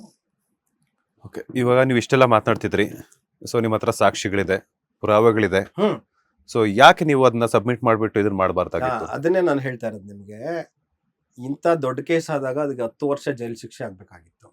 ಅದನ್ನೇ ಅವರು ಅದನ್ನ ಮಿಸ್ಗೈಡ್ ಮಾಡಿ, ಡೈವರ್ಟ್ ಮಾಡಿ, ಅದನ್ನ ತಪ್ಪಿಸ್ಕೊಂಡು ಕರ್ಕೊಂಬರೋ ಅಷ್ಟು ಶಕ್ತಿ ಅವ್ರು ಹೊಂದಿದ್ದಾರೆ ಅಂತಂದ್ರೆ, ಅವ್ರಿಗಿಂತ ದೊಡ್ಡ ಶಕ್ತಿ ನಮಗಿಲ್ಲ ಸದ್ಯಕ್ಕೆ. ಓಕೆ, ಅವ್ರಿಗಿಂತ ದೊಡ್ಡ ಶಕ್ತಿವಂತರು ನಾವು. ಕೇಸ್ ಹಾಕಿದ್ರೆ ಅದು ಹೋಗುತ್ತೋ ಇಲ್ವೋ ಗೊತ್ತಿಲ್ಲ ಅನ್ನೋಂಥದ್ದು. ಖಂಡಿತ ಅದನ್ನ ಯಾವ್ದೋ ಒಂದು ಕಡೆಯಿಂದ ಸಮಜಾಯಿಷಿ ಕೊಟ್ಟು ಇನ್ನೇನೋ ಮಾಡಿಸಿ ಅದನ್ನ ಯಾರಿಗಾದ್ರೂ ಕೂಡ ಬೇಕಾದ್ರೆ ಜೀವ ಬೆದರಿಕೆ ಕೂಡ ಕೊಟ್ಟು ಅದನ್ನ ಅಲ್ಲಿಗೆ ನಿಲ್ಸೋ ಅಂತ ತಾಕತ್ತನ್ನ ಅವ್ರು ಇಟ್ಕೊಂಡಿದ್ದಾರೆ ಇವತ್ತು, ಅಷ್ಟು ಹೊಂದಿದ್ದಾರೆ. ಇಲ್ಲ ಅಂತಿದ್ರೆ ಅದಕ್ಕೊಂದು ತಾರ್ಕಿಕ ಅಂತ್ಯ ಬರ್ಬೇಕಾಗಿತ್ತು. ವಿತ್ ಸಾಕ್ಷಿಗಳ ಸಮೇತ ಸಿಗಾಕೊಂಡಿದ್ರು, ಅವ್ರ ಮನೆಯಲ್ಲೇ ಸಿಕ್ಕಿತ್ತು. ಆಮೇಲೆ ಅವ್ರು ರೇವ್ ಪಾರ್ಟಿ ಮಾಡಿರ್ತಕ್ಕಂಥದ್ದು ಎವಿಡೆನ್ಸ್ಗಳು, ಪಾರ್ಟಿ ಮಾಡಿರೋದು ಅವ್ರೆಲ್ಲ ಒಪ್ಕೊಂಡಿದ್ರು. ನಾವ್ ಎಷ್ಟು ವರ್ಷದಿಂದ ಮಾಡ್ತಾ ಇದೀವಿ. ಯಾರಿಗೆ ಆ ರವಿಶಂಕರ್ ಅವನ ಸರ್ ಪಾಪ BK ರವಿಶಂಕರ್ ಇವತ್ತು ಬೀದಿ ಅಲಿತಿದ್ದಾನೆ, ಮಾನ ಮರ್ಯಾದೆ ಹೋಯ್ತಂದು. ಕ್ಲರ್ಕ್ ಕೆಲಸ ಮಾಡ್ಕೋತಿದ್ದನು. ಅಂದ್ರೆ ಇವ್ರ ಕಾಂಟ್ಯಾಕ್ಟ್ ಗಳಿಗೋಸ್ಕರ ಅಂತರ್ನ ಬಲಿಕ ಬಕ್ರ ಮಾಡಿದ್ದು. ಇವ್ರು ಇವತ್ತು ಸೇಫ್ ಆಗಿ ಒಳ್ಳೆ ಮನೇಲೇ ಇದ್ದಾರೆ, ಐಷಾರಾಮಿ ಬಂಗ್ಲೆಲೇ ಇದ್ದಾರೆ, ಐಷಾರಾಮಿ ಕಾರಲ್ಲೇ ಓಡಾಡ್ತಾರೆ. ಬಕ್ರಗಳಾಗಿದ್ಯಾರು, ಅವಮಾನ ಆಗಿದ್ಯಾರಿಗೆ? ಕನ್ನಡ ಸಿನಿಮಾ ರಂಗಕ್ಕೆ. ಇದು ರಾಷ್ಟ್ರೀಯ ಮಟ್ಟದಲ್ಲಿ ನ್ಯೂಸ್ ಆಯ್ತು. NDP ಡ್ರಗ್ಸ್ ಕೇಸ್ ನಲ್ಲಿ ರಾಗಿಣಿ ವಾಸ್ ಇನ್ವಾಲ್ವ್ಡ್ ಅಂತ ಹೇಳ್ಬಿಟ್ಟು ದೊಡ್ಡ ಎಲ್ಲಾ ಮಾಧ್ಯಮಗಳಲ್ಲೂ ಬಂತು. ಕನ್ನಡ ಚಿತ್ರರಂಗ ಆದಂತ ದೊಡ್ಡ ಅವಮಾನ ಇದು. ಇದನ್ನ ನಾವು ಪ್ರಶ್ನೆ ನೋಡಿ ಸರ್, ಪ್ರಶ್ನೆ ಮಾಡೋದು ಮೊದಲನೇ ಹಂತ. ಅದನ್ನ ಕಾನೂನು ಪ್ರಕಾರ ಒಂದು ಹೋರಾಟ ಮಾಡ್ಲಿಕ್ಕೆ ನಮಗ್ ಬೆಂಬಲ ಸಿಕ್ಕರೆ ವಿ ಆರ್ ರೆಡಿ, ಮಾಡ್ತೀವಿ. ಲಾಯರ್ ಆಗಿದ್ದೀರಾ, 5 ವರ್ಷದಿಂದ ಒಂದು ವಕಾಲತ್ತನ್ನ, ಒಂದಷ್ಟು ಕೇಸ್ಗಳನ್ನ ತಗೊಂಡು ವಕಾಲತ್ತನ್ನ ಮಾಡ್ತಿದ್ದೀರಾ. ಓಕೆ, ಸೊ ನಿಮ್ಮ ಹತ್ರ ಎಲ್ಲಾ ಸಾಕ್ಷಿಗಳ ಸಮೇತ ಎಲ್ಲಾನು ಇದೆ. ಅವ್ರು ಏನೇನ್ ಮಾಡಿದ್ದಾರೆ, ಫೋನ್ ಕಾಲ್ ಇಂದ ಹಿಡಿದ್ಬಿಟ್ಟು ಮಗದೊಂದು ಎಲ್ಲಾ ಸಾಕ್ಷಿಗಳು ನಿಮ್ಮ ಹತ್ರ ಪಿನ್ ಟು ಪಿನ್ ಇದೆ. ಸೊ ಯಾರಾದ್ರೂ ಒಬ್ಬ ದೊಡ್ಡ ಮಟ್ಟದಲ್ಲಿರುವಂತಹ ಒಬ್ಬ ಅಧಿಕಾರಿಗಾಗಿರ್ಬೋದು ಅಥವಾ CM ಅವ್ರಿಗಾಗಿರ್ಬೋದು ಹೋಗಿ ತರ ಆಗ್ತಿದೆ ಅನ್ನುವಂತಹ ಹೋಗಿ ವಿಚಾರಣೆಯನ್ನ ತಿಳಿಸಿ ಸಾಕ್ಷಿಗಳ ಒಂದು ಕಾಪಿಯನ್ನ ಅವ್ರು ಕೊಡುವ 2-3 ಸಲ ಪ್ರಯತ್ನ ಮಾಡಿದ್ವಿ ಸರ್. ಅದು ಯಾವಾಗ ಪ್ರಯತ್ನ ಮಾಡಿ ನಮ್ಗೆ ಹೆಚ್ಚು ಕಮ್ಮಿ ನಾವೊಂದು ಅವ್ರ ಬಿಡುಗಡೆ ಆಗಿ ಒಂದು 6 months 8 months ಆದ್ಮೇಲೆ ನಾವು ಟ್ರೈ ಮಾಡಿದ್ವಿ. ಅಂದ್ರೆ ರಿಲೀಸ್ ಟೈಮ್ ಅಲ್ಲಿ ಇನ್ನು ಅವ್ರು ಜೈಲಲ್ಲಿ ಇದ್ದಾಗ್ಲೇನೆ? ಇಲ್ಲ, ಜೈಲಿಂದ ಬಂದ್ಮೇಲೆ ಮತ್ತೆ ಜೈಲಿಂದ ಇದ್ದಾಗ ನಾವು ಮತ್ತೆ ಕೋರ್ಟಲ್ಲಿ ನಡಿಬೇಕಾದ್ರೆ ನಾವೇನು ಏನು ಮಾಡಕ್ ಬರಲ್ಲ. ಏನ್ ಮಾಡಕ್ ಬರೋದಿಲ್ಲ. ಕೋರ್ಟಲ್ಲಿ ನಡಿಬೇಕಾದ್ರೆ ಅದ್ ನಾವು ಅನ್ಕೊಂಡ್ವಿ ಒಳ್ಳೇದಾಯ್ತಪ್ಪ, ಇದು ಶಿಕ್ಷೆ ಆಗ್ಬಿಟ್ರೆ ಒಂದಷ್ಟು ಜನಕ್ಕೆ ಇದು ಒಂದು ಅನುಭವ ಪಾಠ ಆಗ್ತದೆ ಅಂತ ಹೇಳಿ. Suddenly they got from the bail from the Supreme Court. ಆಗ ನಮ್ಗೆ ಶಾಕ್ ಆಯ್ತು. ಆಗ ನಮ್ದೊಂದಷ್ಟು ಟೀಮ್ ಇದೆ, ನಾವೆಲ್ಲ ಒಂದು ಇದು ಮಾಡಿ, ನಾವು ಸಾಕ್ಷಿಗಳು ಒಂದಷ್ಟು ಕಲೆಕ್ಟ್ ಮಾಡಿ ನಾವೊಬ್ರು ಪ್ರಭಾವಿ ಅವ್ರನ್ನೇ ಅಧಿಕಾರಿನೇ ಸಂಪರ್ಕ ಮಾಡಿದ್ವಿ, ಪೊಲೀಸ್ ಅಧಿಕಾರಿ. ನಮ್ಗೆ ಸೂಕ್ತವಾದಂತ ಅಂದ್ರೆ ಇದನ್ನ ನಾವೊಂದು ತಗೋತೀವಿ ಸೀರಿಯಸ್ ಆಗಿ ಅನ್ನೋದು ನಮ್ಗೆ ಸಿಗ್ಲಿಲ್ಲ, ಅವ್ರ ಕಡೆ ಭರವಸೆ ಸಿಗ್ಲಿಲ್ಲ.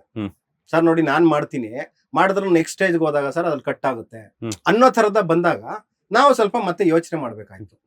ನಾವು ಇಷ್ಟೆಲ್ಲಾ ಶ್ರಮ ಪಟ್ಟು ನಮ್ಗೇನ್ ಇದ್ರಲ್ಲಿ ಮೂರ್ಖ ಸಾಧ ಇಲ್ಲ. ಸಾಮಾಜಿಕ ನಾನೊಬ್ಬ ಹೋರಾಟಗಾರ ಅಂತ ಗುರುತಿಸ್ಕೊಂಡಿದ್ದೀನಿ, ಮಾಡ್ಬೇಕು ಅನ್ನೋದಕ್ಕಷ್ಟೇ ಕೈ ಹಾಕಿದಾಗ ನೀವು ಅದಕ್ಕೆ ನೀವು ಅದನ್ನ ಎಲ್ಲೋ ಕತ್ರಿ ಇಟ್ಟು ಕಟ್ ಮಾಡ್ತೀರಾ ಅಂದ್ರೆ ನೀವು ತುಂಬಾ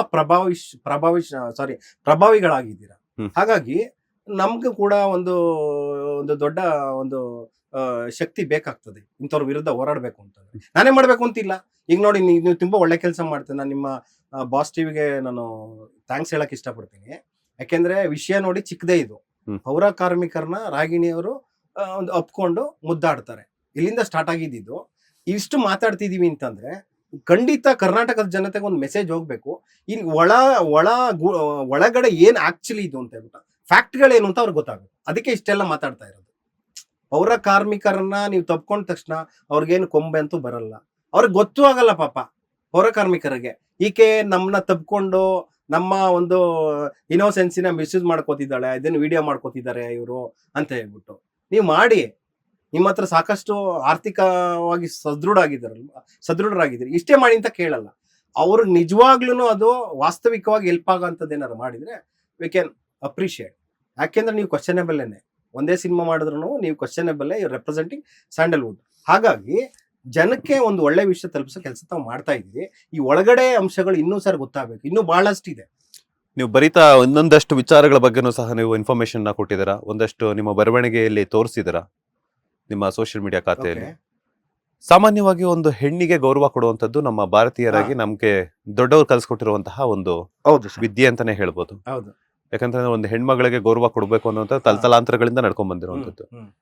ನೀವು ಒಬ್ಬ ವಕೀಲರ ವೃತ್ತಿಯಲ್ಲಿದ್ದಂಥವ್ರು, ತಮ್ಮ ಸೋಷಿಯಲ್ ಮೀಡಿಯಾ ಖಾತೆಯಲ್ಲಿ ಪ್ರೊಫೆಷನಲ್ ವೇಶ್ಯೆ ಅನ್ನುವಂಥದ್ದು ಒಬ್ಬ ನಟಿಯ ಬಗ್ಗೆ ಬರೆಯೋದಕ್ಕೆ ಸೊ ಎಷ್ಟರ ಮಟ್ಟಿಗೆ ಸಮಂಜಸ ಆಗುತ್ತೆ ಅಂತ, ಎಷ್ಟರ ಮಟ್ಟಿಗೆ ಕರೆಕ್ಟ್ ಅಂತ ಅನ್ಸುತ್ತೆ?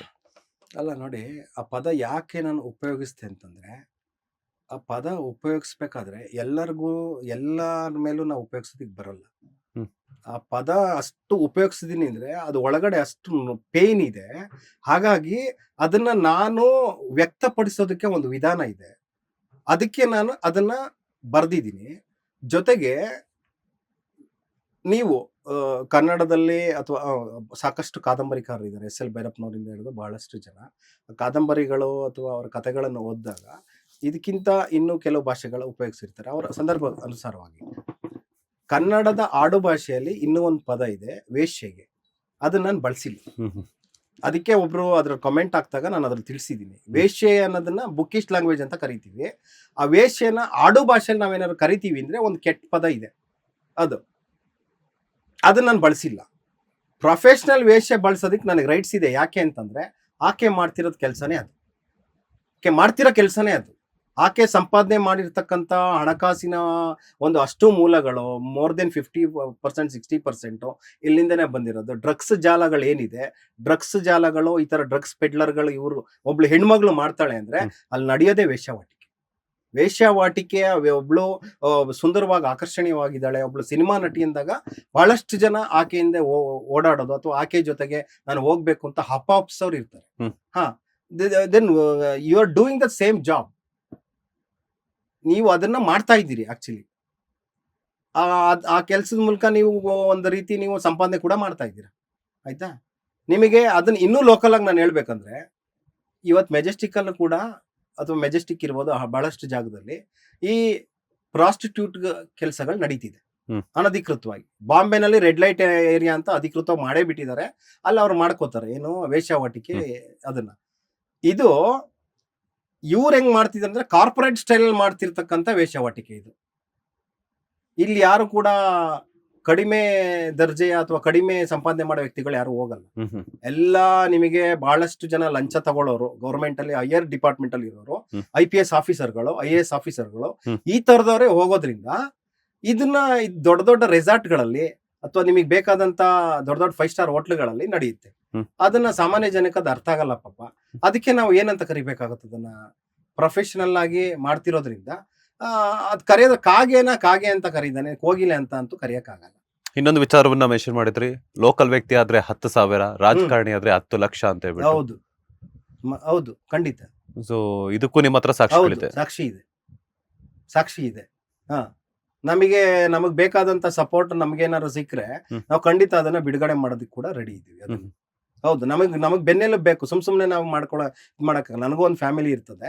ಹಾಗಾಗಿ ನಮ್ಗೆ ಸೂಕ್ತವಾದ ರಕ್ಷಣೆ ಸಿಗುವಂತ ಸಂದರ್ಭಗಳು ಬಂದ್ರೆ ಖಂಡಿತ ಅದು 10,000 ರೂಪಾಯಿ ಯಾರ ಹತ್ರ ತಗೊಂಡಿದ್ರು, ಆಮೇಲೆ ರೇಟ್ ಯಾವಾಗ ಚೇಂಜ್ ಆಯ್ತು ಅವ್ರದ್ದು, ಯಾವ ಸಿನಿಮಾ ಬಂದ್ಮೇಲೆ ಎಷ್ಟು ಚೇಂಜ್ ಆಯ್ತು, ಒಂದ್ ಸಿನಿಮಾಗೆ ಎಷ್ಟು ಡಿಮ್ಯಾಂಡ್ ಮಾಡ್ತಾರೆ, ಸಿನಿಮಾ ಬಿಟ್ಟು ಹೊರಗಡೆ ಈ ತರ ಪಾರ್ಟಿಗೆ ಬರ್ಬೇಕು ಅಂದ್ರೆ ನೀವೆಲ್ಲ ಬಂದು ಎಲ್ಲ ಟೇಪ್ ಕಟ್ ಮಾಡ್ತಾರಲ್ಲ ಹೊರಗಡೆ, ಏನು ಫ್ರೀ ಆಗಿ ಮಾಡ್ತಾರ ಅವರು, ಅದಕ್ಕೆಲ್ಲದು ಕೂಡ ಅವರು ಚಾರ್ಜಸ್ ತಗೋತಾರೆ. ಅದಕ್ಕೆ ಯಾವ್ದೋ ಒಂದು ಉದ್ಘಾಟನೆಗೆ, ಮಳಿಗೆ ಉದ್ಘಾಟನೆಗೆ ಬರ್ತಾರಲ್ಲ, ಅದಕ್ಕೆ ತಗೊಳ್ಳಿ ಸರ್, ಅದ್ರಲ್ಲಿ ನಮ್ದೇನಿಲ್ಲ.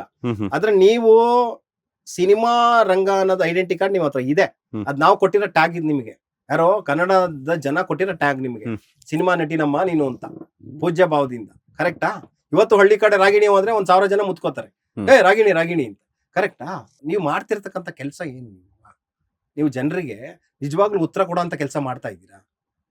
ನೀವು ಯಾವ ಆಧಾರದ ಮೇಲೆ ಈ ಲೋಕಲ್ ವ್ಯಕ್ತಿಗಾದ್ರೆ 10,000, ಪೊಲಿಟಿಷಿಯನ್ಗಾದ್ರೆ 10 ಲಕ್ಷ ಅನ್ನುವಂತಹ ಸಾಲಗಳನ್ನ ಬರ್ಕೊಂಡ್ರೆ ನಿಮ್ಮ ಸೋಷಿಯಲ್ ಮೀಡಿಯಾ ಖಾತೆಯಲ್ಲಿ. ಲೋಕಲ್ ಅವನ ಹತ್ರ 10 ಲಕ್ಷ ಕೊಡಕ್ಕೆ ಎಲ್ಲಿರುತ್ತೆ ಸರ್ ಇದು? ಅಲ್ಲ, ನಿಮ್ಮ ಹತ್ರ ಏನು ಸಾಕ್ಷಿ ಪುರಾವೆಗಳಿದೆ ಅಂತ? ಅದನ್ನೇ ನಾನು ಹೇಳ್ತಾ ಇರೋದು. RTO ಆಫೀಸಲ್ಲಿ ಇರೋ ಕ್ಲರ್ಕ್ ಹೆಂಗ್ ಸಿಗಾಕೋತಾನೆ ಇದ್ರಲ್ಲಿ BK ರವಿಶಂಕರ್ ಅನ್ನೋನು, ಅದೇ ರೀತಿ 10,000 ರೂಪಾಯಿಗೆ ಮಾತಾಡ್ಕೊಂಡು ಅವ್ರ ಹತ್ರ ಹೋಗಿದ್ದು ಉಂಟು ಬೇರೆಯವರು. ಅದಾದ್ಮೇಲೆ ಬೇರೆ ಬೇರೆ ಸ್ತರದಲ್ಲಿ ಇರ್ತಕ್ಕಂಥ ವ್ಯಕ್ತಿಗಳು ಅವ್ರವ್ರ ತಾಕತ್ತಿಗೆ ತಕ್ಕನಾಗಿ ಅವ್ರು ಅಲ್ಲಿ ಹೋಗಿ ಅವ್ರನ್ನ ಭೇಟಿ ಮಾಡಿ, ಗೊತ್ತಿಲ್ಲ ಅವ್ರ ಒಳಗಡೆ ಹೋದ್ಮೇಲೆ ಅವ್ರು ಬರೀ ಒಂದ್ ಫೋಟೋ ತೆಗಿಸ್ಕೊಳಕ್ಕೆ 10,000 ಇಸ್ಕೊಂಡ್ರ, ಒಂದ್ ಮುತ್ ಕೊಡಕ್ಕೆ 1,000 ಇಸ್ಕೊಂಡ್ರು, ಸಾರಿ 10,000 ಇಸ್ಕೊಂಡ್ರ, ಭೇಟಿ ಆಗಿದ್ಕೆ 10,000ನ. ಇವತ್ತು ಕ್ರೇಜ್ ಹೆಂಗಿದೆ ಅಂದ್ರೆ ಸರ್, ಸಿನಿಮಾ ಅಂದ್ರೆ ಸಾಕು ಜನ. ಅಲ್ಲ, ಇವಾಗ ನೀವು ಒಂದ್ ಮಾತು ಹೇಳಿದ್ರಿ, ಫೋಟೋ ತೆಗೆಸ್ಕೊಳಕ್ಕೆ 10,000ನ ಅಥವಾ ಮುತ್ಕೊಡಕ್ಕೆ 10,000ನ 10 ಲಕ್ಷನ ಅಂತ ಗೊತ್ತಿಲ್ಲ ಅಂತಂದ್ರಿ. ಸೊ ನಿಮ್ ಹತ್ರ ಸಾಕ್ಷಿಗಳಿದೆ ಅಂತ ಹೇಳಿದ್ರಿ. ಸೊ ಸಾಕ್ಷಿಗಳು ಇಟ್ಕೊಂಡು ನಿಮ್ಗೆ ಗೊತ್ತಿಲ್ಲ ಅಂತ ಹೆಂಗೆ ಹೇಳ್ತಿದ್ರ? ಅದನ್ನೇ ನಾನು ಹೇಳ್ತಾ ಇರೋದು ಸರ್ ನಿಮ್ಗೆ. ನೋಡಿ, ನಮ್ಮ ಹತ್ರ ನಾನು ಹೇಳ್ತಾ ಇರೋದು ನಿಮಗೆ, ಅವರು 10,000 ರೂಪಾಯಿ ಏನ್ ನಾನು ಬರ್ದಿದ್ದೆ ಅದನ್ನ 10,000 ರೂಪಾಯಿನ, ಅದಕ್ಕೆ ಸಾಕ್ಷಿ ಕೊಡೋದಕ್ಕೆ ನಾವು ರೆಡಿ ಇದ್ದೀವಿ. ಅದೊಂದೇ ಅಲ್ಲ, 10 ಲಕ್ಷ ರೂಪಾಯಿಗೆ ಅಲ್ಲ, 10 ಲಕ್ಷ ರೂಪಾಯಿಗೆ ಯಾವ ಮಿನಿಸ್ಟರ್ ಹತ್ರ ಯಾವ್ರ ಜೊತೆ ಹೋಗಿದ್ರು, ಯಾವ ರೂಮಲ್ಲಿ ಇದ್ರು, ಯಾವ ಡೇಟ್ ಅಲ್ಲಿ, ಅದು ಕೂಡ ಸಾಕ್ಷಿ ಇದೆ. ಯಾವ ರೂಮಲ್ಲಿ ಇದ್ರು, ಯಾವ ಡೇಟ್ ಅಲ್ಲಿ, ಯಾವ ಪಕ್ಷದವ್ರ ಮಿನಿಸ್ಟ್ರು, 3 ಪಕ್ಷದವ್ರು ಇದ್ದಾರೆ.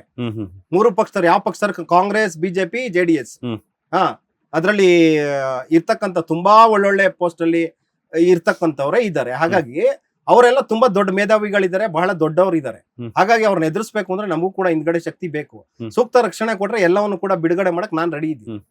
ಅವ್ರು ಮಾಡಿರೋದೇ ಅಂತ ಕೆಲಸ ಅದು. ಆಕೆ ಮಡಿವಂತಳೇನಲ್ಲ ರಾಗಿಣಿ, ಈ ತರದ್ದು ಮಾಡ್ಕೊಂಡು ಹೊರಗಡೆ ಮಾತ್ರ ಫೋರ್ಸ್ ಕೊಟ್ಕೊಂಡು ಓಡಾಡ್ತಾರೆ. ನಾನ್ ತುಂಬಾ ಸಭ್ಯಸ್ತೆ, ನಾನು ತುಂಬಾ ಸಂಸ್ಕೃತಿ ಫಾಲೋ ಮಾಡ್ತೀನಿ ಅಂತ. ಹಾಗಾಗಿ ಅವ್ರದ್ದು ಆತರ ಇಲ್ಲ. ಅವ್ರ ಸಾಮ್ರಾಜ್ಯನೇ ಬೇರೆ ಇದೆ, ಅವ್ರು ಮಾಡ್ತಿರೋದೇ ಬೇರೆ, ಜನಕ್ಕೆ ಅವ್ರು ತೋರ್ಸ್ಕೊತಿರೋದೇ ಬೇರೆ ಇದೆ. ಹಾಗಾಗಿ ಇದ್ರ ಬಗ್ಗೆ ನಮ್ಗೆ ನೈತಿಕವಾದಂತ ಸೈದ್ಧಾಂತಿಕ ಕೋಪ ಇದೆ ಖಂಡಿತ. ವೈಯಕ್ತಿಕವಾಗಿ ಏನಿಲ್ಲ ಆಕೆ ಮೇಲೆ ನನಗೆ. ಕೇಳ್ಬೇಕು ಸರ್, ನಾನ್ ಕೇಳಲಿಲ್ಲ ಅಂದ್ರೆ ಈಗ ಇನ್ನೊಬ್ಬ ಯಾರೋ ಕೇಳ್ತಾನೆ ನಾಳೆ. ಇನ್ ಕೇಸ್ ಏನಾದ್ರು ರಾಗಿಣಿ ಅವರೇನಾದ್ರು ವೇಶ್ಯಾವಾಟಿಕೆ ನನ್ನ ವೈಯಕ್ತಿಕ, ನಿಮಗೆ ಯಾಕೆ ಆ ತೊಂದರೆ ಅಂತ ಕೇಳಿದ್ರೆ ಏನ್ ಹೇಳ್ತೀರಾ? ಇಲ್ಲ, ಒಂದು ಚಪ್ಪಲಿಲಿ ಅವ್ರ ನನಗೆ ಹೊಡಿಬೇಕು, ಇಲ್ಲ ಅವ್ರಿಗೆ ಹೊಡ್ಕೊಂಡ್ಬಿಡ್ಬೇಕು. ಇದನ್ನೇನಾರು ಅವ್ರು ಕೇಳಿದ್ರೆ, ಆಕ್ಚುಲಿ ವೇಶ್ಯಾವಾಟಿಕೆ ನನ್ನ ದಂಧೆ ಅಂತ ಏನಾರು ಹೇಳಿದ್ರ ಆಕೆ, ನಿಜವಾಗ್ಲೂ ಇಡೀ ಕರ್ನಾಟಕದ ಹೆಣ್ಣು ಕುಲಗ್ ಮಾಡ್ತಕ್ಕಂಥ ಅವಮಾನ ಅದು. She should not tell that word. ಮಾಡ್ತಿರೋದೇ ನೀನು ಅಕ್ರಮ, ಮಾಡ್ತಿರೋದೇ ಅಸಹ್ಯವಾದಂತ ಕೆಲಸ, ತಿರ್ಗಾ ಅದನ್ನ ಏನಾದ್ರು ನೀನು ಸಮರ್ಥಿಸ್ಕೋತೀಯ ಅಂತಂದ್ರೆ, ನೀನೊಬ್ಳು ಹೆಣ್ಣಾಗಿ ಮಾನ ಮರ್ಯಾದೆ ಏನಾದ್ರು ಇದೆಯಾ? ಮಾನ ಮರ್ಯಾದೆ ಇದ್ದವ್ರು ಯಾರಾದ್ರೂ ಅದನ್ನ ಸ್ಟೇಟ್ಮೆಂಟ್ ನ ಒಪ್ಕೊಳಕ್ ಸಮರ್ಥನೆ ಮಾಡ್ಕೊಳಕ್ ಸಾಧ್ಯ ಇದೆಯಾ ಸರ್? ಅದನ್ನ ಹೆಂಗ್ ಹೇಳ್ಕೊಳಕ್ ಆಗ್ತದೆ ವೇಶ್ಯಾವಾಟಿಕೆ? ಈಗ ಯಾರೋ ಒಬ್ಳು ಗಾರ್ಮೆಂಟ್ಸ್ ಅಲ್ಲಿ ಕೆಲಸ ಮಾಡೋ ಗೌರಿನೋ ಸರಸ್ವತಿನೋ ಯಾರೋ ಒಬ್ರು ಹೋಗಿ ಅವ್ರ ಜೀವನನೇ ನಡ್ಸಕ್ ಆಗ್ತಿಲ್ಲ ಅಂತ ಯಾರೋ ಒಬ್ರನ್ನ ತಗೊಂಡೋಗಿ ಒಂದ್ ಫೀಲ್ಡ್ ಹಾಕಿ ಬಿಟ್ಬಿಟ್ಟಿದ್ದಾರೆ. ಅವಳಿಗೆ ಏನು ಇಲ್ವೇ ಇಲ್ಲ, ಅದ್ರಲ್ಲೇ ನಡಿಬೇಕು ಅಂತ ಅಂದಾಗ ಪಾಪ ಶೀಸ್ ಅವಳು ಏನು ಟ್ರ್ಯಾಪ್ ಆಗಿರ್ತಾಳೆ, ಯಾರೋ ಒಬ್ಳು ಬಡ ಮಹಿಳೆ. ನೀನ್ ಆತರ ಇಲ್ಲ. ಕನ್ನಡ ಚಿತ್ರರಂಗದಲ್ಲಿ ಗುರುತಿಸ್ಕೊಂಡಿರೋ ಒಬ್ಳು ನಟಿ, ತುಂಬಾ ಒಂದು ಒಳ್ಳೆ ಸಿನಿಮಾಗಳು ಮಾಡಿದೀರ ದೊಡ್ಡವ್ರ ಜೊತೆ, ದೊಡ್ಡ ಆಕ್ಟರ್ಗಳ ಜೊತೆ, ಸುದೀಪ್ ಅವ್ರ ಜೊತೆ, ಬಹಳಷ್ಟು ಜನ ಜೊತೆ ಆಕ್ಟ್ ಮಾಡಿ, ಶಿವರಾಜ್ ಕುಮಾರ್ ಜೊತೆ ಆಕ್ಟ್ ಮಾಡಿದೀರಾ. ನೀವು ವೇಶ್ಯಾವಾಟಿಕೆನ ನಾನು ವೇಶ್ಯಾವಾಟಿಕೆ ದಂಧೆ ನನ್ನ ಪರ್ಸನಲ್ ಅಂತ ನೀವೇನಾರ ಅಂದ್ರೆ, nobody is ready to accept that. You should not do. ನೀವು ಅದನ್ನ ಮಾಡದೇ ಇರೋ ತರ ಹೋರಾಟಗಳು ಮಾಡ್ಬೇಕು. ಆಕ್ಚುಲಿ ವೇಶ್ಯಾವಾಟಿಕೆ ನಮ್ಮ ದೇಶದ ಪಿಡುಗು. ಕರೆಕ್ಟ್ ಅಲ್ಲ ಸರ್? ನೀವು ಅದಕ್ಕೆ ಹೋರಾಟ ಮಾಡಿ ಅದನ್ನ ನಿಲ್ಸೋ ತರ ಪ್ರಯತ್ನ ಮಾಡಿದ್ರೆ ವಿ ಕ್ಯಾನ್ ಅಪ್ರಿಶಿಯೇಟ್. ಇದನ್ನ ನೀವೇನು ಸಮರ್ಥಿಸ್ಕೋತೀರಾ ಅಂತಂದ್ರೆ, ಇಡೀ ಕರ್ನಾಟಕದ ಮಹಿಳೆಯರಿಗೆ, ನಿಮ್ಮ ತಾಯಂದಿರಿಗೆ ಮಾಡ್ತಿರ್ತಕ್ಕಂಥ ಘೋರ ಅವಮಾನ ಅದು. You cannot. How can you, ಯಾವ ತರ ಅದನ್ನ ನೀವು ಸಮರ್ಥಿಸ್ಕೋತೀರಾ? ಯಾವ ತರ ಜಸ್ಟಿಸ್ ಕೊಡ್ತೀರಾ ಅದಕ್ಕೆ? ಯಾಕೆ ನಿಮ್ಮ ಹತ್ರ ಏನು ಇಲ್ವಾ? ಓದಿಲ್ವಾ? ಒಳ್ಳೆ ಓದಿದಾರಲ್ಲ ರಾಗಿಣಿ ಅವರು. ಸಿನಿಮಾದಲ್ಲಿ ಕೆಲಸ ಚಾನ್ಸಸ್ ಇಲ್ಲ ಅಂದ್ರೆ ಅದರ ಕಂಪ್ನಿಗೆ ಹೋಗಿ ದುಡಿಬೋದಲ್ಲ. ಇನ್ನೊಂದು ವಿಚಾರ ಹೇಳಿದ್ರೆ ಅದ್ರ ಜೊತೆಗೆ, ರಾಗಿಣಿ ಅವರ ಹಿಂದೆ ಒಬ್ಬ JDS MLC ಇದ್ದಾರೆ ಅಂತ, ಅದಕ್ಕೂ ಯಾರು ಅಂತ ಫ್ಲಾಟ್ ಕೊಟ್ಟಿರೋದೇ ಅವರು ಸರ್.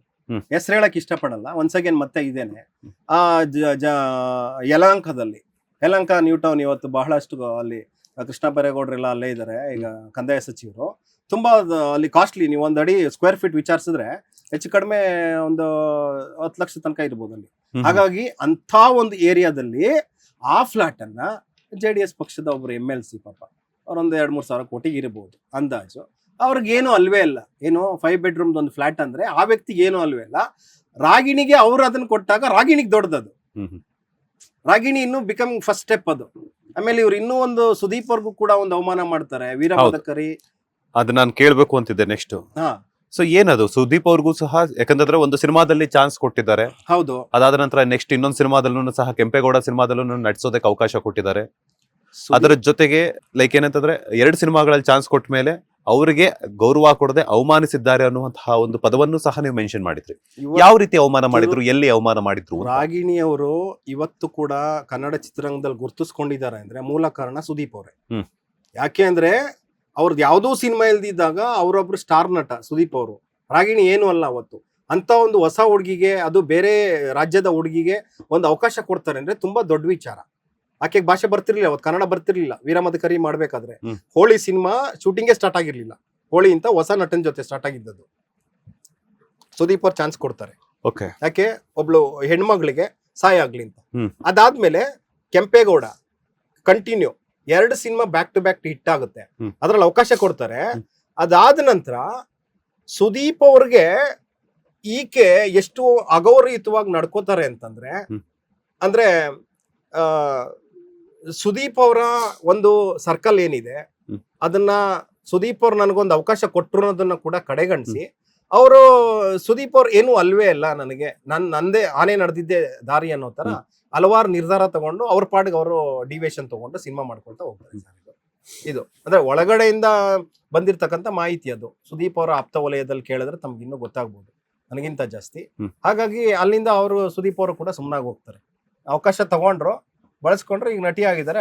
ಚೆನ್ನಾಗಿರ್ಲಿ ಅಂತ. ಯಾಕೆಂದ್ರೆ ಅರ್ಜುನ್ ಜನ್ಯ ಅವರಿಂದ ಹಿಡಿದು ಇವತ್ತು ಡ್ಯಾನ್ಸ್ ಮಾಸ್ಟರ್ ಹರ್ಷ ಆಗಿದ್ದವ್ರು ಡೈರೆಕ್ಟರ್ ಆಗಿದ್ದಾರೆ. ಇವತ್ತು ಅವರಿಂದ ಹಿಡಿದು ಸುದೀಪ್ ಅವರ ಒಂದು ಕೊಟ್ಟಂತ ಒಂದು ಅವಕಾಶಗಳನ್ನ ಬಳಸ್ಕೊಂಡು ಬಹಳಷ್ಟು ಜನ ಅವ್ರಿಗೆ ಗಾಡ್ ಫಾದರ್ ತರ ಇದ್ದಾರೆ ಸುದೀಪ್ ಅವರು ಸಿನಿಮಾ ರಂಗದಲ್ಲಿ. ಹಾಗಾಗಿ ಈಕೆ ಅವರು ಅತಿದೇಣಿನ ಒದೆಯೋದಿದೆಯಲ್ಲ, ಆ ಕೆಲಸ ಮಾಡ್ಬಿಟ್ರು 2ನೇ ಸಿನಿಮಾಗೆ.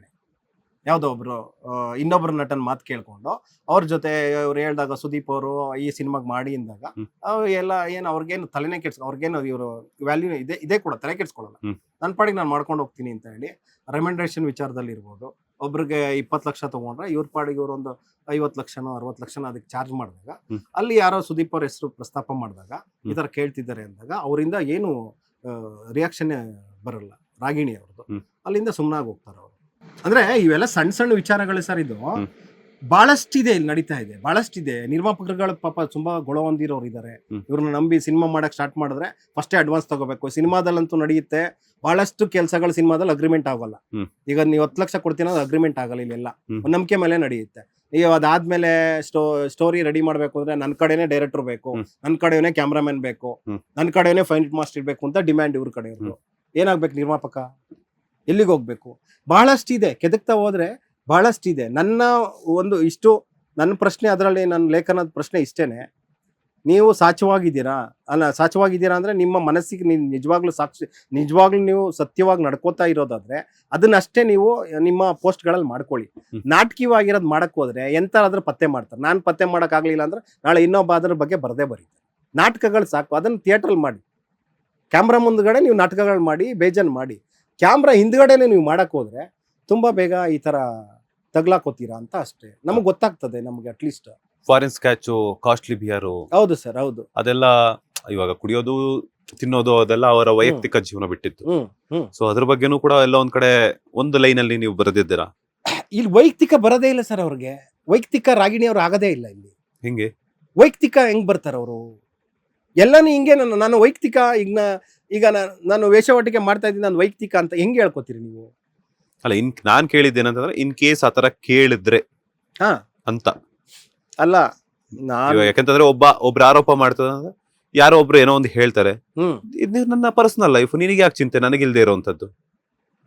ನನ್ನ ಲೈಫ್, ನನ್ನ ಇಷ್ಟ, ನನ್ನ ಕೆರಿಯರ್ನ ನಾನು ಯಾವ ರೀತಿ ಬೇಕಾದ್ರೆ ಇವಾಗ ಒಂದು ನಿರೂಪಣೆಯನ್ನ ಮಾಡ್ತೀನಿ ಅನ್ಕೊಳ್ಳಿ. ನೀನ್ ಯಾಕೆ ನಿರೂಪಣೆ ಮಾಡ್ತಿದ್ಯಾ ಅಂತ ಹೇಳ್ಬಿಟ್ಟು ನೀವು ಬಂದು ಕೇಳಿದಾಗ ನನ್ನ ಪ್ರೊಫೆಷನ್, ನನ್ನ ಫ್ಯಾಮಿಲಿ ಕಮಿಟ್ಮೆಂಟ್ಸ್, ನನ್ನ ಜೀವನವನ್ನು ಉದ್ಧಾರ ಮಾಡ್ಕೊಳ್ಳುವಂಥದ್ದು ನನಗೆ ಇದ್ರಲ್ಲಿ ಇಷ್ಟ ಇದೆ, ಹಾಗೆ ನನಗೆ ಇದ್ರಲ್ಲಿ ಹೋದ್ರೆ ನಾನು ಸರ್ವೈವ್ ಆಗ್ತೀನಿ ಅನ್ನೋಂಥ ವಿಚಾರ. ಅದೇ ತರ ನೀವು ಅವ್ರ ಮೇಲೆ ಆರೋಪ ಮಾಡ್ತಿದ್ರ, ಅವ್ರು ಅದೇ ತರ ಕೇಳಿದಾಗ ನೀವು ಮಾಡ್ತಿರೋದು ಸರ್ ನ್ಯಾಯಯುತವಾಗಿದ್ದಾಗ, ನ್ಯಾಯಯುತವಾದ ರಸ್ತೆಯಲ್ಲಿ ಕಾನೂನುಬದ್ಧವಾಗಿದ್ದಾಗ ಯಾರು ಕ್ವಶನೇಬಲ್ ಅಲ್ಲ. ಸಾರಿ, ಯಾರು ಕ್ವಶನ್ ಮಾಡಕ್ ಆಗಲ್ಲ. ಸೊ ನೀವು ಯಾಕೆ ಈಗ ರಾಗಿಣಿ ಅವ್ರು ಯಾಕೆ ಇಲ್ಲಿ ಮೇಯ್ನ್ ಅವ್ರ ಹೆಸರು ಯಾಕೆ ಇದು ಮಾಡ್ತಾ ಇದೀವಿ ಅಂತಂದ್ರೆ, she is representing cinema industry. ಅದು ಫಸ್ಟ್ ನಾವಿಲ್ಲಿ ಕನ್ಸಿಡರ್ ಮಾಡ್ಬೇಕಾಗುತ್ತೆ. ಹ್ಮ್. ಕನ್ನಡ ಸಿನಿಮಾ ಇಂಡಸ್ಟ್ರಿ ಸಾವಿರಾರು ಜನ ಬರ್ತಿದ್ದಾರೆ ಸರ್, ಬಂದು ಒಳ್ಳೆ ಹೆಸರು ಮಾಡೋದು ಒಂದು ಐಡೆಂಟಿಟಿ ಕೊಟ್ಟೋಗಿದ್ದಾರೆ. ಹಾಗಾಗಿ ನೀವು ಇಂಥ ಇಂಡಸ್ಟ್ರಿನಲ್ಲಿ ಒಬ್ರು ನಟಿಯಾಗಿ ಗುರ್ತಿಸ್ಕೊಂಡವರು ಸಮಾಜಮುಖಿ ಕೆಲಸಗಳು ಮಾಡಿದಾಗ ಇಡೀ ಸಮಾಜ ಖುಷಿ ಪಡುತ್ತೆ, ಹ್ಮ್. ಅಕ್ಸೆಪ್ಟ್ ಮಾಡುತ್ತೆ, ಅಂಡ್ ವಿ ವಿಲ್ ವಿಶ್ ಹರ್. ಅದರಲ್ಲೇನೇ ಇಲ್ಲ. ಈ ನೀವು ಸ್ಕಾಚ್ ವಿಸ್ಕಿಗಳು ಎಲ್ಲ ಬರ್ದಿದೀವಿ ಅಂತಂದ್ರೆ ಅವ್ರು ಮಾಡೋದೇ ಅದು. ಹ್ಮ್. ಅವ್ರು ಮಾಡ್ತಾರೆ ಅಂತಾನೆ ಬರ್ದಿರೋದು, ನಾವು ಮಾಡಬೇಡಿ ಅಂತಾನೆ ಬರ್ದಿಲ್ಲ, ಮಾಡ್ತಾರೆ ಅಂತ. ಅದ್ರಲ್ಲಿ ನನಗೇನು ತಪ್ಪು ಅನ್ಸಿಲ್ಲ, ಮಾಡ್ತಾರೆ ಅಂತ ಬರ್ದಿದ್ದೀನಿ. ಅದು ಜನಕ್ಕೆ ತಗೊಳ್ಳೋದು ಅವ್ರಿಗೆ ಬಿಟ್ಟಿದ್ದು. ಸ್ಕಾಚ್ ವಿಸ್ಕಿ ಕುಡಿತಾರೆ ಅಂತ ಬರ್ದಿದ್ದೀನಿ. ಓಕೆ. ಅದ್ರ ಜೊತೆಗೆ ಇನ್ನೊಂದು ವಿಷಯನೂ ಕೂಡ ಮೆನ್ಷನ್ ಮಾಡಿದ್ರಿ, ಸಿನಿಮಾಗಳಲ್ಲಿ ನಡೆಸ್ತಿದ್ದಾರೆ ಅಂದಾಗ ಸಿನಿಮಾಗಳಲ್ಲಿ ಒಂದು ಸೀನಿಗೆ ಅರಬರ ಬಟ್ಟೆನೆ ತೊಡ್ಕೋಬೇಕಾಗುತ್ತೆ. ಐಟಮ್ ಡ್ಯಾನ್ಸ್ ಅಂತ ಬಂದಾಗ ಫುಲ್ ಬಟ್ಟೆ ಹಾಕೊಂಡು ಇವಾಗ ನೈಟಿ ಹಾಕೊಂಡು ಐಟಮ್ ಡ್ಯಾನ್ಸ್ ಮಾಡಿದ್ರೆ ಯಾರು ನೋಡಲ್ಲ ಅಂತಾರೆ. ಇಲ್ಲ ಅಂತಂದ್ರೆ ಅದಕ್ಕೆ ಒಂದು ಡ್ಯಾನ್ಸ್ಗೆ ಆ ಡ್ರೆಸ್ ಸೂಟೇಬಲ್ ಅನ್ಸುತ್ತೆ.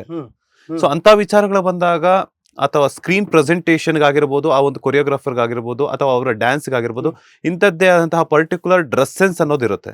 ಸೊ ಆ ತರ ತೊಟ್ಟಾಗ ಅರೆಬರೆ ತೊಟ್ಕೊಂಡು ಐಟಮ್ ಸಾಂಗ್ಗಳಲ್ಲಿ ಹೆಜ್ಜೆ ಹಾಕೊಂಡು ಆ ಒಂದು ವಿಚಾರವನ್ನು ಸಹ ನೀವು ಮೆನ್ಷನ್ ಮಾಡಿದ್ರಿ. ಅದ್ರ ಜೊತೆಗೆ ಹುಬ್ಬು ತಬ್ಬುಗಳನ್ನ ಮಾಡ್ಕೊಂಡು ಹೆಜ್ಜೆ ಹಾಕ್ತಿದ್ದಾರೆ, ಸಿರಿ ಪ್ರೇಕ್ಷಕರನ್ನ ದಾರಿ ತಪ್ಪಿಸ್ತಿದ್ದಾರೆ ಅನ್ನುವಂಥ ವಿಚಾರಗಳನ್ನು ಕೂಡ ಮೆನ್ಷನ್ ಮಾಡಿದ್ರಿ. ಸಿನಿಮಾ ಪಾತ್ರ, ನಾನೊಬ್ಬ ಕಲಾವಿದೆಯಾಗಿ ನಾನೊಬ್ಬ ಡ್ಯಾನ್ಸ್ ಕೊಟ್ಟರು, ಐಟಮ್ ಡ್ಯಾನ್ಸ್ ಕೊಟ್ಟರು ನಾನು ಮಾಡ್ತೀನಿ, ಒಬ್ಬ ಹೀರೋಯಿನ್ ಪಾತ್ರ ಕೊಟ್ಟರು ಮಾಡ್ತೀನಿ, ಯಾವುದೋ ಒಂದು ಇಂಪಾರ್ಟೆಂಟ್ ಇರುವಂತಹ ರೋಲು, ಇವಾಗ ವೀರವನಿತೆ ಓಬೋ ಒಂದಾಗಿರ್ಬೋದು, ಕಿತ್ತೂರು ರಾಣಿ ಚೆನ್ನಮ್ಮ ಆ ತರದ್ ಕೊಟ್ಟರು ಮಾಡ್ತೀನಿ. ಇವಾಗ ರಾಗಿಣಿ IPS ಅಂತಾನೆ ಒಂದು ಪೊಲೀಸ್ ಕ್ಯಾರೆಕ್ಟರ್ ಇರುವಂತಹ ಒಂದು ಕ್ಯಾರೆಕ್ಟರ್ನೇ ನಾನು ಮಾಡಿದ್ದೀನಿ. ನಾನೊಬ್ಬ ಕಲಾವಿದೆಯಾಗಿ ಯಾವುದೇ ಪಾತ್ರ ಕೊಟ್ಟರು ಮಾಡ್ಬೇಕಾಗಿರುವಂತದ್ದು ನನ್ನ ಕರ್ತವ್ಯ ಅಂತ ಹೇಳ್ಬಿಟ್ಟು ಹೇಳಿದ್ರೆ ನೀವ್ ಯಾವ ರೀತಿ ಸಮರ್ಥಿಸ್ಕೊಂತೀರಾ ನಿಮ್ಮ ಬರವಣಿಗೆಯನ್ನ?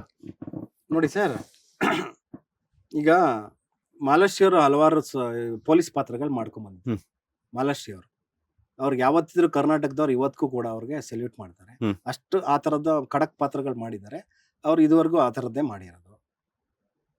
ಇಲ್ಲಿ ಇವ್ರುಗಳು ಹೇಳೋದು, ಇಲ್ಲಿ ಎಂಥ ಒಂದು ಡ್ಯುಯಲ್ ಸ್ಟ್ಯಾಂಡರ್ಡ್ ಅಂತ ಕರಿತೀವಿ ನಾವಿಲ್ಲಿ, ಡಬಲ್ ಸ್ಟ್ಯಾಂಡರ್ಡ್ ಅಂತ. ಸಾರಿ, ಡಬಲ್ ಸ್ಟ್ಯಾಂಡರ್ಡ್ ಅಂದ್ರೆ ನೀವೇ ಅರೆ ಬರೆ ಡ್ರೆಸ್ಗಳನ್ನ ತೊಟ್ಕೊಂಡು ನೀವೇ ಡ್ಯಾನ್ಸ್ ಮಾಡಿ ಕುಣಿತೀರಾ, ಕುಣಿದು ಕುಪ್ಪಳಿಸ್ತೀರಾ. ಇನ್ನೊಂದ್ ಕಡೆ ನೀವೇ ಹೇಳ್ತೀರಾ ಮಹಿಳೆಯರ ಮೇಲೆ ಶೋಷಣೆ ನಡೀತಿದೆ ಅಂತ. ಮಹಿಳೆಯರ ಮೇಲೆ ಶೋಷಣೆ ನಡೀತಿದೆ, ಅವ್ರನ್ನ ಹೆಂಗ್ ಬೇಕಂಗ್ ತೋರಿಸ್ತಾರೆ. ಸಿನಿಮಾ ಅಂದ್ರೆ ಏನೋ ಅನ್ಕೊಂಡ್ಬಿಟ್ಟಿದ್ದಾರೆ. ನಾವು ನಮ್ಗೆ ಆ ಸಿನಿಮಾದಲ್ಲಿ ಸಿನಿಮಾ ಮಾಡೋ ತನಕ ಸುಮ್ಮನೆ ಇರ್ತೀರಾ, ಸಿನಿಮಾ ಮಾಡಾದ್ಮೇಲೆ ತಮ್ಮ ಟ್ವಿಟರ್ ತಗೊಂಡು ಚೆನ್ನಾಗಿ ಬರ್ಕೋತೀರಾ, ನನಗೆ ಅಲ್ಲಿ ನನ್ಗೆ ಒಪ್ಲಿಲ್ಲ, ನನಗೆ ಇದ್ ಮಾಡ್ಲಿಲ್ಲ, ಅದಕ್ಕೆ ನಾನು ಇದ್ ಮಾಡ್ದಾಯ್ತು ಅಂತ. ಯಾರಾದ್ರೂ ನಿಮ್ಗೆ ಗನ್ ಪಾಯಿಂಟ್ ಇಟ್ಕೊಂಡು ಎದುರಿಸಿರ್ತಾರ, ನೀನ್ ಈ ಡ್ರೆಸ್ ಹಾಕೊಳ್ಳಿಲ್ಲ ಅಂತಂದ್ರೆ ನಿನ್ನ ಸಾಯಿಸ್ತೀನಿ ಅಂತ. ನೀವು ಒಪ್ಪಿಗೆ ಕೊಟ್ಟ ಮೇಲೆ ಅಷ್ಟೇನೆ ಕೊರಿಯೋಗ್ರಾಫರ್ ಕೂಡ ಸ್ಟೆಪ್ಗಳು ನಿಮಗೆ ಕಂಪೋಸ್ ಮಾಡಕ್ಕಾಗೋದು, ಕಾಸ್ಟ್ಯೂಮ್ ಡಿಸೈನರ್ ಡ್ರೆಸ್ ಡಿಸೈನ್ ಮಾಡೋದು, and you are accepted that ಅಂತ ಆಯ್ತು.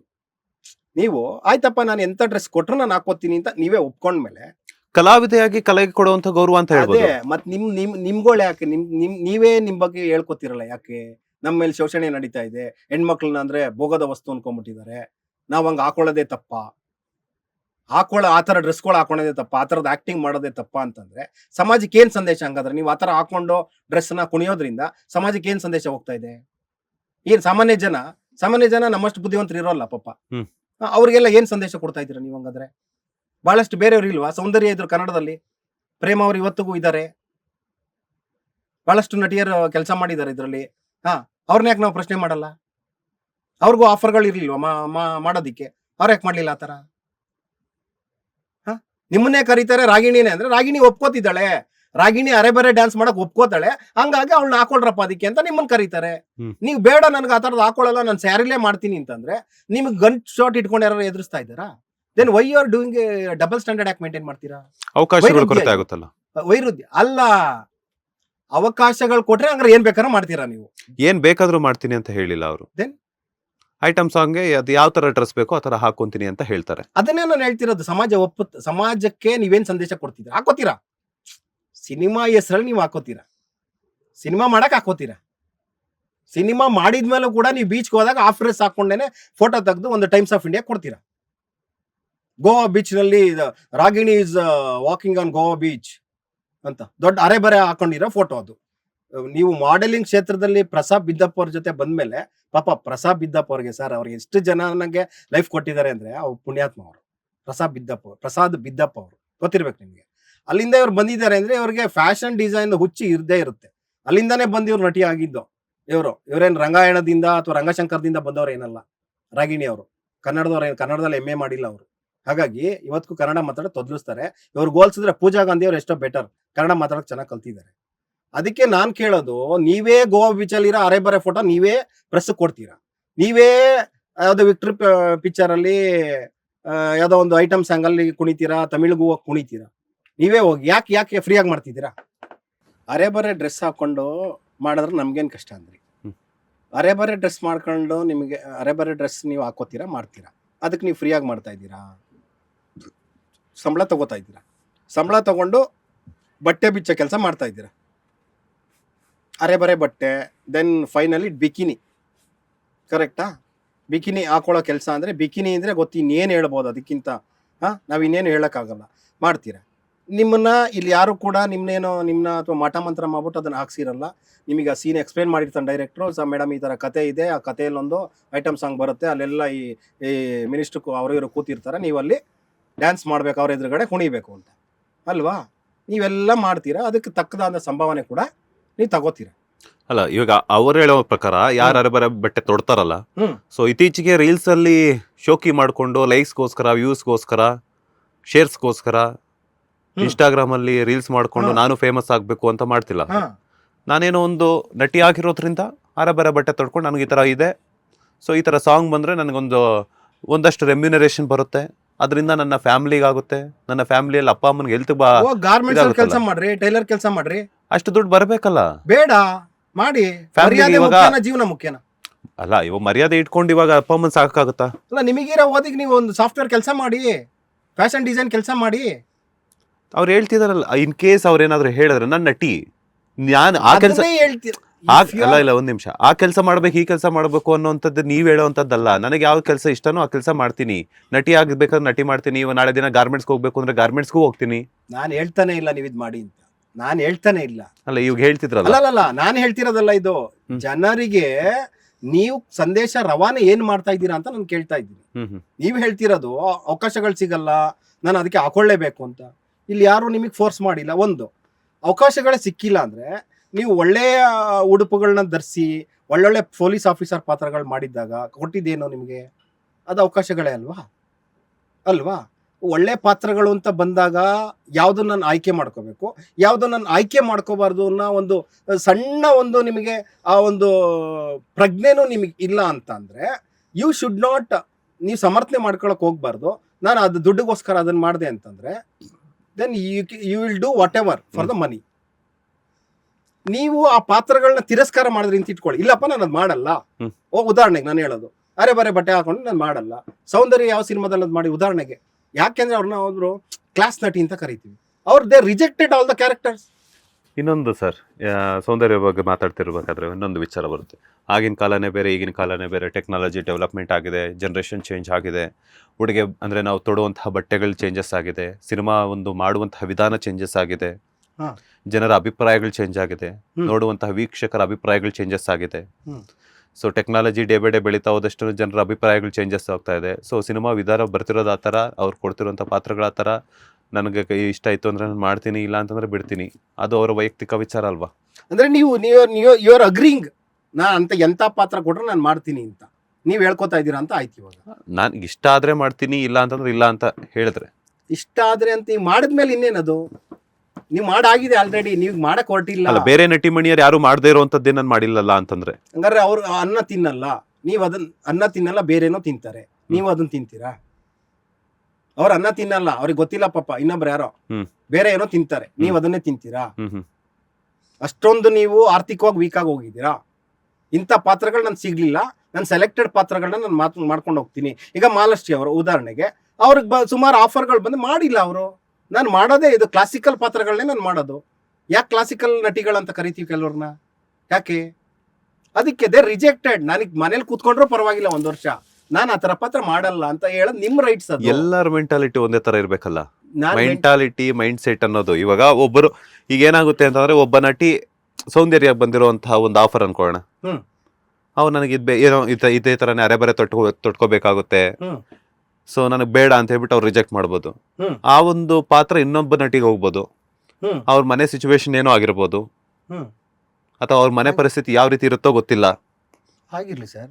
ಅದು ಮಾಡೋಕೆ ನನಗೆ ಇದು ಮಾಡಲೇಬೇಕು, ಇದು ಕೊನೆ ಅವಕಾಶ, ಇಲ್ಲ ಅಂತ ನಾನು ಚಿತ್ರರಂಗದಲ್ಲಿ ಸರ್ವೇ ಆಗಲ್ಲ, ಒಂದು ಪ್ರಯತ್ನ ಮಾಡೋಣ, ನನ್ನ ಮನೆ ಸಿಚುವೇಶನ್ನು ಫೈನಾನ್ಷಿಯಲಿ ಪಿಕಪ್ ಆಗುತ್ತೆ, ನನಗೂ ಒಂದು ಗ್ರೋತ್ ಆಗಬೇದೇನೋ ಅನ್ನೋವಂಥ ದೃಷ್ಟಿಕೋನದಿಂದ. ಯಾಕಂದರೆ ಬರೇ ತೊಟ್ಕೊಂಡು ಈ ಇನ್ಸ್ಟಾಗ್ರಾಮ್, ನಾನು ಹೇಳಿದ್ನಲ್ಲ, ಇನ್ಸ್ಟಾಗ್ರಾಮ್ ರೀಲ್ಸು ವ್ಯೂಸ್ಗೋಸ್ಕರ ಬಿಟ್ಟು ಕೆಲವು ನಟಿಮಣಿಯರು ಯಾರಿದ್ದಾರೆ ತಮ್ಮ ತಮ್ಮ ಫ್ಯಾಮಿಲಿಗಳಿಗೋಸ್ಕರ ತಮ್ಮ ಜೀವನವನ್ನ ಸ್ಯಾಕ್ರಿಫೈಸ್ ಮಾಡ್ತಿರುವಂತಹ ಒಂದಷ್ಟು ನಟಿಯರ ಬಗ್ಗೆ ಒಂದು ಪಾತ್ರ ಅನ್ನುವಂಥದ್ದು, ಆ ಪಾತ್ರಕ್ಕೆ ನಾವೇನು ಯಾವ ರೀತಿ ನ್ಯಾಯ ಒದಗಿಸಬೇಕು ಆ ರೀತಿ ನಾನು ನ್ಯಾಯವನ್ನು ಒದಗಿಸ್ತೀನಿ. ಸೊ ಪಾತ್ರಕ್ಕಷ್ಟೇ ನೋಡಿ ಅಂತಂದಾಗ ಏನು ಹೇಳ್ತೀರಾ? ಇಲ್ಲಿ ಸರ್ ಪಾತ್ರ ಅನ್ನೋದೇ ಒಂದು ದೊಡ್ಡ ಸುಳ್ಳು. ಆಕ್ಚುಲಿ ಪಾತ್ರ ಅಂತ ಏನು ಹೇಳ್ತಾ ಇದ್ದೀರಾ, ನಾನು ಆಗಲೇ ಹೇಳ್ದೆ ನಿಮಗೆ, ಪಾತ್ರ ಅಂತ ಇವ್ರಿಗೆ ಬಂದಾಗ ಇವ್ರಿಗೆ ಫಸ್ಟೇ ಗೊತ್ತಿರುತ್ತೆ ಏನ್ ಪಾತ್ರ ಇದು, ಏನ್ ನಾನು ಮಾಡಬೇಕು, ಏನ್ ಮಾಡಿಸ್ತಾರೆ ಅಂತ ಗೊತ್ತಿರುತ್ತೆ. ಹಂಗಾಗಿ ನೀವು ಒಪ್ಕೋತೀರಾ, ಯುವರ್ ಅಗ್ರೀಡ್, ಸರಿನಪ್ಪ ನಾನು ಇದು ಮಾಡ್ತೀನಿ ಅಂತ ನೀವು ಒಪ್ಕೋತೀರಾ.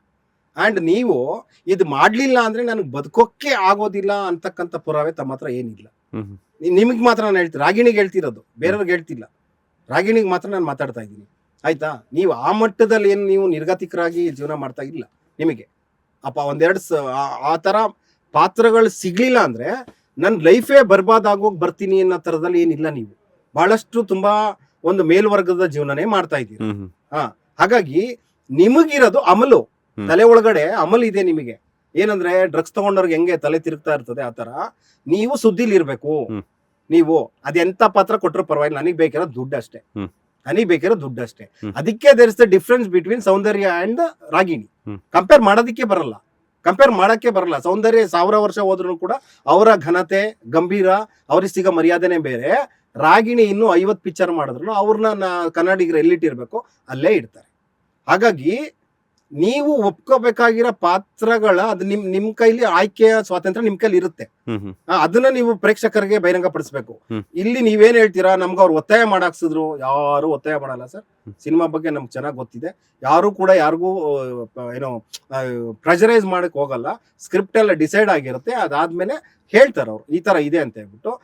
ನೀವೆಲ್ಲ ಒಂದ್ ಕಡೆ ಒಪ್ಕೊಂಡು ನೀವೇ ಮಾಡ್ತಿದ್ದೀರಾ ಅಂತ ಅಂದಾಗ ನೀವು ಬೇರೆಯವ್ರು ಕೂಡ ಸರಿ ರಾಗಿಣಿ ಪಾತ್ರ ಮಾಡ್ತಾಳೆ ಅಂದಾಗ ಬಂದು ನಿಮ್ಮ ಹತ್ರ ಪಾತ್ರಗಳು ಮಾಡಿಸ್ತಾರೆ. ಅಂದ್ರೆ ನಿಮಗೆ ಅಬ್ಜೆಕ್ಷನ್ ಇಲ್ಲ ಅಂದಾಗ ಅವ್ರು ಮಾಡಿಸ್ತಾ ಹೋಗ್ತಾರೆ. ಸೊ ನೀವು ಇವಾಗ ಸಮಾಜಕ್ಕೆ ಎಂತದಾರು ಸಂದೇಶ ಹೋಗ್ಲಿ, ಏನಾರು ಅನ್ಕೊಳ್ಳಿ, ನನಗೆ ಕಾಸು ಬೇಕು, ನಾನ್ ಮಾಡ್ತೀರಾ ಸಿನಿಮಾ ಅಂತ ಅಲ್ಲ. ನೀವು ಇವಾಗ ಹೇಳ್ತಿದ್ದೀರಾ ಸರಿ, ನನಗೆ ಕಾಸು ಬೇಕು ಮಾಡ್ತಿದ್ರೆ ಅಂತ. ಸೊ ಅವ್ರ ಫೈನಾನ್ಷಿಯಲ್ ಸಿಚುವೇಶನ್ಸ್ ಮನೆ ಚೆನ್ನಾಗಿ ಇದ್ದೀರಲ್ಲ, 5 ಬೆಡ್ರೂಮ್ ಮನೇಲಿ ಇದ್ದೀರಾ, ನಿಮ್ಮ ಅಪ್ಪನ ಮಿಲಿಟರಿದು ರಿಟೈರ್ಡ್ ಆಗಿದ್ದಾರೆ, ಪೆನ್ಷನ್ ದುಡ್ಡು ಬರುತ್ತೆ, ಆಯ್ತಾ? ನಿಮ್ ತಾಯಿ ಎಂತ ಜುವೆಲ್ಸ್ ಹಾಕೊಂತಾರ, ನೀವುಗಳು ಪಾಪ ಎಂತ ನಿಮ್ ಪ್ರಾಪರ್ಟಿಗಳು ಎಷ್ಟಿದೆ, ವೈಟ್ ಫೀಲ್ಡ್ ಅಲ್ಲಿ ಎಲ್ಲಿ ಫ್ಲಾಟ್ ಇದೆ ತಮ್ದು, ಬಾಡಿಗೆ ಎಷ್ಟು ಬರ್ತಾ ಇದೆ ನಿಮಗೆ? ಮಧ್ಯಪ್ರದೇಶದಲ್ಲಿ 4 ಎಕರೆ ಪ್ರಾಪರ್ಟಿ ಯಾವಾಗ ರಿಜಿಸ್ಟ್ರೇಷನ್ ಆಯ್ತು? ಮೈಸೂರಲ್ಲಿ ಎಲ್ಲಿದೆ ನಿಮ್ ರೆಸಾರ್ಟು? ಏನು ಇಲ್ವಾ ನಿಮಗೆ? ತಿನ್ನಕ್ ಅನ್ನ ಗತಿ ಇಲ್ವಾ? ಅರೆ ಬರೆ ಬಟ್ಟೆ ಹಾಕೊಂಡು ಕುಣಿದ್ರೆ ಅಲ್ಲಿ ಕೊಡ್ತಾರಲ್ಲ 5 ಲಕ್ಷ ರೂಪಾಯಿ, ಅದರಿಂದ ಅವರೇನ ಬರೀ 10,000 ಕೊಡ್ತಾರ? 10 ಲಕ್ಷ ರೂಪಾಯಿ ದುಡ್ಡು ಕೊಡ್ತಾರೆ. ಅದಕ್ಕೆ ತಾನೆ ನಾನು ಯಾರಾದ್ರೂ ಒಂದು 50,000 ಕೊಡ್ತೀನಿ ಅಂದ್ರೆ ಮಾಡ್ತೀರಿ? ನಾವು 50,000 ದುಡ್ಡೇ ತಾನೆ ಮಾಡ್ತೀರಾ? ಮಾಡಲ್ಲ. So you demanding the money, so you selling your body. ಮಾನ ಮರ್ಯಾದೆ ಅನ್ನೋದು ಒಂದು ಬೇರೆನೇ ಸರ್. ಅದು ಮಾನ ಮರ್ಯಾದೆ ಅನ್ನೋದನ್ನ ನಾವೊಂದು ಅದಕ್ಕೆ ಏನೋ ಒಂದು ಚೌಕಟ್ಟಿನೊಳಗಡೆ ಬರಕ್ಕಾಗಲ್ಲ. ಅದನ್ನ ಅರ್ಥ ಮಾಡ್ಕೊಳ್ಳೋ ಸ್ಥಿತಿ ಅದು. ಪ್ರೇಕ್ಷಕ ನೋಡ್ತಿರ್ತಾನೆ ನಿಮ್ಮನ್ನ, ಕರೆಕ್ಟಾ? ಟಿವಿಲಿ, ಮೀಡಿಯಾದಲ್ಲಿ ಎಲ್ಲ ನೋಡ್ತೀರಾ. ನೀವು ಜೈಲಿಂದ ಬರ್ಬೇಕಾದ್ರೆ ಏನು ಇದನ್ನ ಮಾಸ್ಕ್ ಹಾಕೊಂಡಿದ್ದಾರೆ ತೆಗೆದು ಜೋರಾಗಿ ಹಾಯ್ ಮಾಡ್ತೀವಿ. ಏನ್ ರಜನಿಕಾಂತ ನೀವು? ಅವೆಲ್ಲ ಬೇಕಾಗಿಲ್ಲ ಸರ್. ನಾಟಕೀಯತೆ ಅವಶ್ಯಕತೆ ನಾನು ಹೇಳ್ತಿರೋದಿಲ್ಲಿ, ಡ್ರಾಮ್ಯಾಟಿಕ್ ಎಲ್ಲ ಅವಶ್ಯಕತೆ ಇಲ್ಲ. ಎಲ್ಲ ಜನಗಳಿಗೆ ಇವತ್ತು ಬಹು ಜ್ಞಾನವಂತರಾಗ್ತಿದ್ದಾರೆ. ಜನಗಳಿಗೆ ಸೋಷಿಯಲ್ ಮೀಡಿಯಾಗಳಿಂದ ಎಚ್ಚರಗೊಳ್ತಿದ್ದಾರೆ. ನೀವು ಅದನ್ನ ಮ್ಯಾನಿಪುಲೇಟ್ ಮಾಡಕ್ ಹೋಗ್ತಿದ್ದೀರಲ್ಲ. This is what I am asking.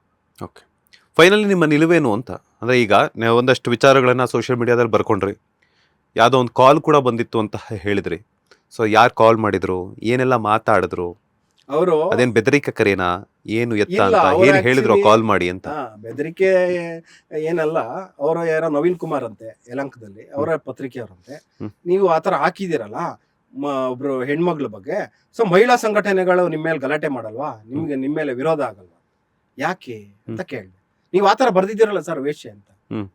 ಅದೇ ಸರ್ ಅವ್ರು ಮಾಡೋ ಕೆಲಸ ಅದನ್ನೇ ಬರ್ದಿದ್ದೀನಿ. ಅದಕ್ಕಿಂತ ಕೆಟ್ಟದಾಗ ಬರಿಬಹುದು. ನಾನು ಬರೆಯಲ್ಲ, ನನ್ಗೆ ಲಿಮಿಟೇಷನ್ಸ್ ಇದೆ.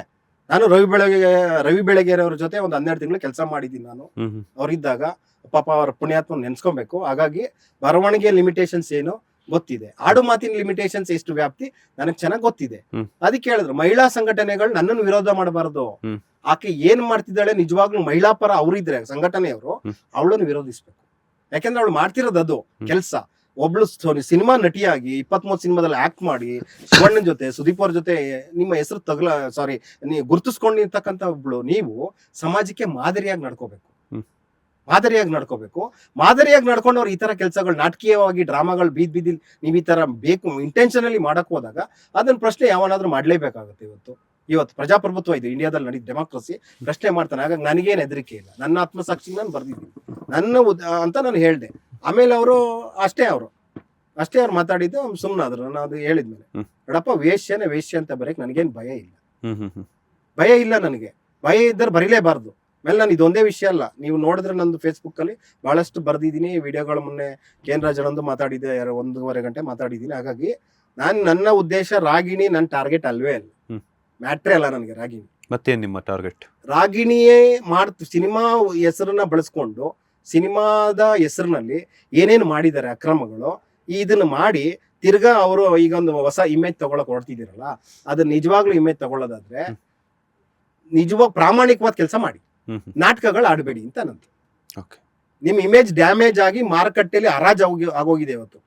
ರಾಗಿಣಿ ಅಂತ ಹೊಡೆದ್ರೆ ಗೂಗಲ್ ಅಲ್ಲಿ ನಿಮ್ದು ಏನು ಎಲ್ಲ ಹರಾಜ್ ಆಗೋಗಿದೆ.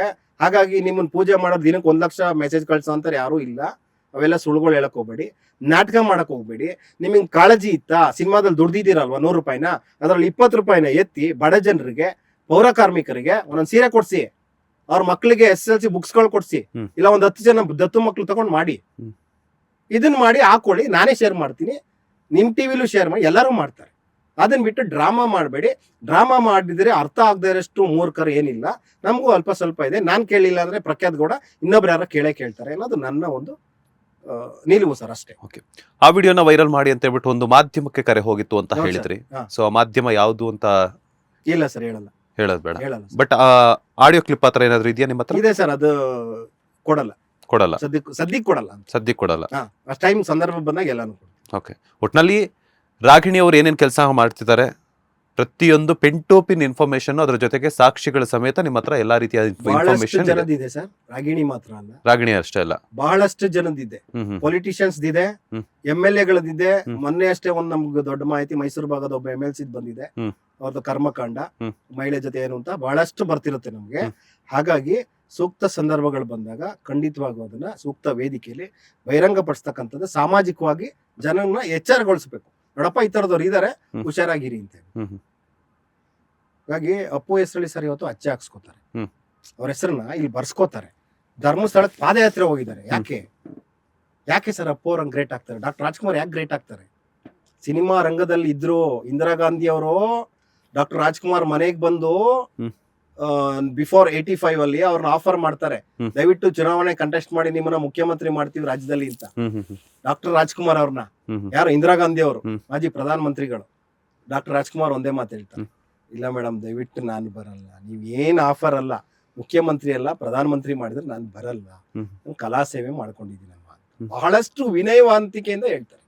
ಅದಕ್ಕೆ ನಾವು ರಾಜ್ಕುಮಾರ್ ಯಾಕೆ 10,000 ಸಲ ಹೇಳ್ತೀವಿ, ಅವ್ರು ದೇವ್ರಿದ್ದಂಗೆ ಕನ್ನಡ ಚಿತ್ರರಂಗಕ್ಕೆ ಅವ್ರು ಹಾಕೊಟ್ಟು ಹೋಗಿದ್ದಾರೆ ನಮ್ಗೆ.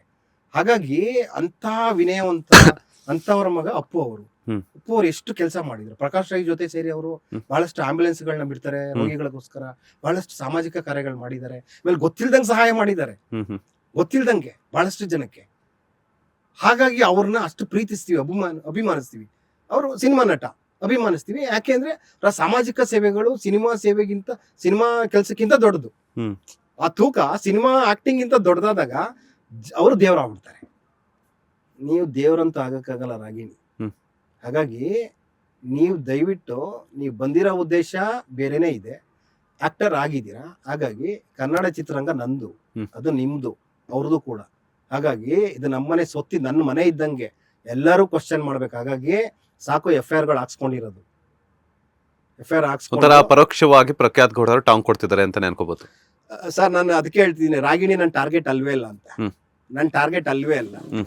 ರಾಗಿಣಿ ಜಾಗದಲ್ಲಿ ಇನ್ನೊಬ್ಳು ಯಾರೋ ಹುಡುಗಿ ಇದ್ರು ಕೂಡ ನಾನು ಇದೇ ಪ್ರಶ್ನೆ ಮಾಡ್ತೀನಿ. ಟಾರ್ಗೆಟ್ ಅಲ್ಲ ಅಂದ್ರೆ ಮತ್ತೆ ಏನಕ್ಕೆ ಸೋಷಿಯಲ್ ಮೀಡಿಯಾದಲ್ಲಿ ಅವರ ಹೆಸರನ್ನ ಅಯ್ಯೋ ಬಳಸಿರುವಂತದ್ದು? ಅಲ್ಲ, ಅವ್ರು ಮಾಡಿರೋದನ್ನ ನಾನು ಬರ್ತಿದ್ದೀನಿ ಸರ್ ಅಷ್ಟೇ. ಹ್ಮ್. ರಾಗಿಣಿ ಜಾಗದಲ್ಲಿ ಇನ್ನೊಬ್ರು ಯಾರೋ XYZ ಮಾಡಿದ್ರು ಅದನ್ನೇ ಬರೀತಿದ್ದೆ. ನಾನು ಹೇಳ್ತಿದ್ದೀನಿ Okay. ನೀವು ನಾನು ನೋಡ್ಕೊಂಡು ಹೋದ್ರೆ ನಾನು ಬರೆಯಕ್ ಸ್ಟಾರ್ಟ್ ಮಾಡಿದ್ದೀನಿ. ಆಮೇಲೆ ಕೆಲವು ಸಮಯ ಸಿಗದೆ ಬರೆಯಕ್ಕಾಗಿಲ್ಲ ಅಷ್ಟೇ. ಇನ್ನು ಮುಂದೆ ಬಹಳಷ್ಟು ಎಕ್ಸ್ಪೋಸ್ ಮಾಡೋದಿದೆ, ಬಹಳಷ್ಟು ಇದೆ. ಹೇಳ್ತಿದ್ರಿ ಒಂದಷ್ಟು ರಾಜಕೀಯ ವ್ಯಕ್ತಿಗಳದಿದೆ. ಹ್ಮ್. ಹಾಗಾಗಿ ಬಹಳಷ್ಟು ಇದೆ. ಯಾಕೆ ಅಂದ್ರೆ ಸಿನಿಮಾ ಅಂದಾಗ ನಮ್ ಜನ ಬಹಳಷ್ಟು ಬೇಗ ಅಲರ್ಟ್ ಆಗ್ಬಿಡ್ತಾರೆ. ಅದೊಂದು ಕ್ರೇಜ್ ಇದೆ. ಹ್ಮ್. ಎಷ್ಟು ಕ್ರೇಜ್ ಆಂಧ್ರದಲ್ಲಿದೆ, ಸೆಕೆಂಡ್ ಬಿಟ್ಟರೆ ತಮಿಳ್ನಾಡು, ನಮ್ಮಲ್ಲಿ ಮೂರರಷ್ಟು ನಮ್ದು ಕಡಿಮೆ ಸ್ವಲ್ಪ ಕ್ರೇಜ್. ಆದ್ರೆ ಇವತ್ತು ಯಶ್ ಅವರಿದ್ದಾರೆ. ಎಂತ ಒಂದು ಕನ್ನಡಕ್ಕೆ ಒಂದು KGF ಅಂತ ನೀವು ಬಾಂಬೆಗೆ ಹೋಗಿ ಕುತ್ಕೊಂಡು ಇವತ್ತು ನಾನು ಕನ್ನಡ ಫಿಲ್ಮ್ ಇಂಡಸ್ಟ್ರಿ ಅಂದ್ರೆ KGF ಅನ್ನೋ ತರ ಬಂತು. ಖುಷಿ ಪಡ್ತೀವ್ರಿ ನಾವು, ಖುಷಿ ಪಡ್ತೀವಿ ಸರ್. ಹೆಮ್ಮೆ ಕೆಲಸ ಮಾಡಿದಾಗ ಹೆಮ್ಮೆಯ ವಿಚಾರ. ಆಮೇಲೆ ಬೇಜಾರು ಯಾಕಾಗುತ್ತೆ ಅಂದ್ರೆ ಅಪ್ಪು ಅವರು ನಂದಿನಿಗೆ ಹಾಲಿಗೆ ಬ್ರಾಂಡ್ ಅಂಬಾಸಿಡರ್ ಆಗಿದ್ರು. ಅರ್ಥ ಆಯ್ತಾ? ಅಂತ ಅಪ್ಪು ಅವ್ರ ಜೊತೆ ರಾಗಿಣಿಯನ್ನು ಕೂಡ ಕರ್ಕೊಂಡೋಗಿ ಆಗ ಒಬ್ರು MD ಆಗಿರ್ತಾರೆ ನಂದಿನಿಗೆ. ಅದೇನ್ ಆಸೆ ಇತ್ತು ಅವ್ರಿಗೆ ರಾಗಿಣಿನ ಬ್ರಾಂಡ್ ಅಂಬಾಸಿಡರ್ ಮಾಡ್ಬೇಕು ಅಂತ. ಪಾಪ ಅವ್ರನ್ನ ತಗೊಂಡೋಗಿ ನಂದಿನಿ KMFಗೆ, ಕರ್ನಾಟಕ ಮಿಲ್ಕ್ ಫೆಡರೇಷನ್ಗೆ ರಾಯಭಾರಿಯಾಗಿ ನೇಮಕ ಮಾಡ್ತಾರೆ ಅವ್ರನ್ನ. ಅಷ್ಟೆಲ್ಲ ಅವ್ರಿಗೆ ಉನ್ನತ ಸ್ಥಾನ ಕೊಟ್ಟವರು ಒಬ್ಳು ಈ ಡ್ರಗ್ಸ್ ಜಾಲದಲ್ಲಿ ಸಿಗಾಕೋತಾಳೆ, ವೇಷವಟಿಕೆ ಮಾಡಿ ದಂಧೆ ಮಾಡ್ತಾಳೆ ಅಂದ್ರೆ ಹೆಂಗಾಗ್ಬೇಕು ಜನಕ್ಕೆ?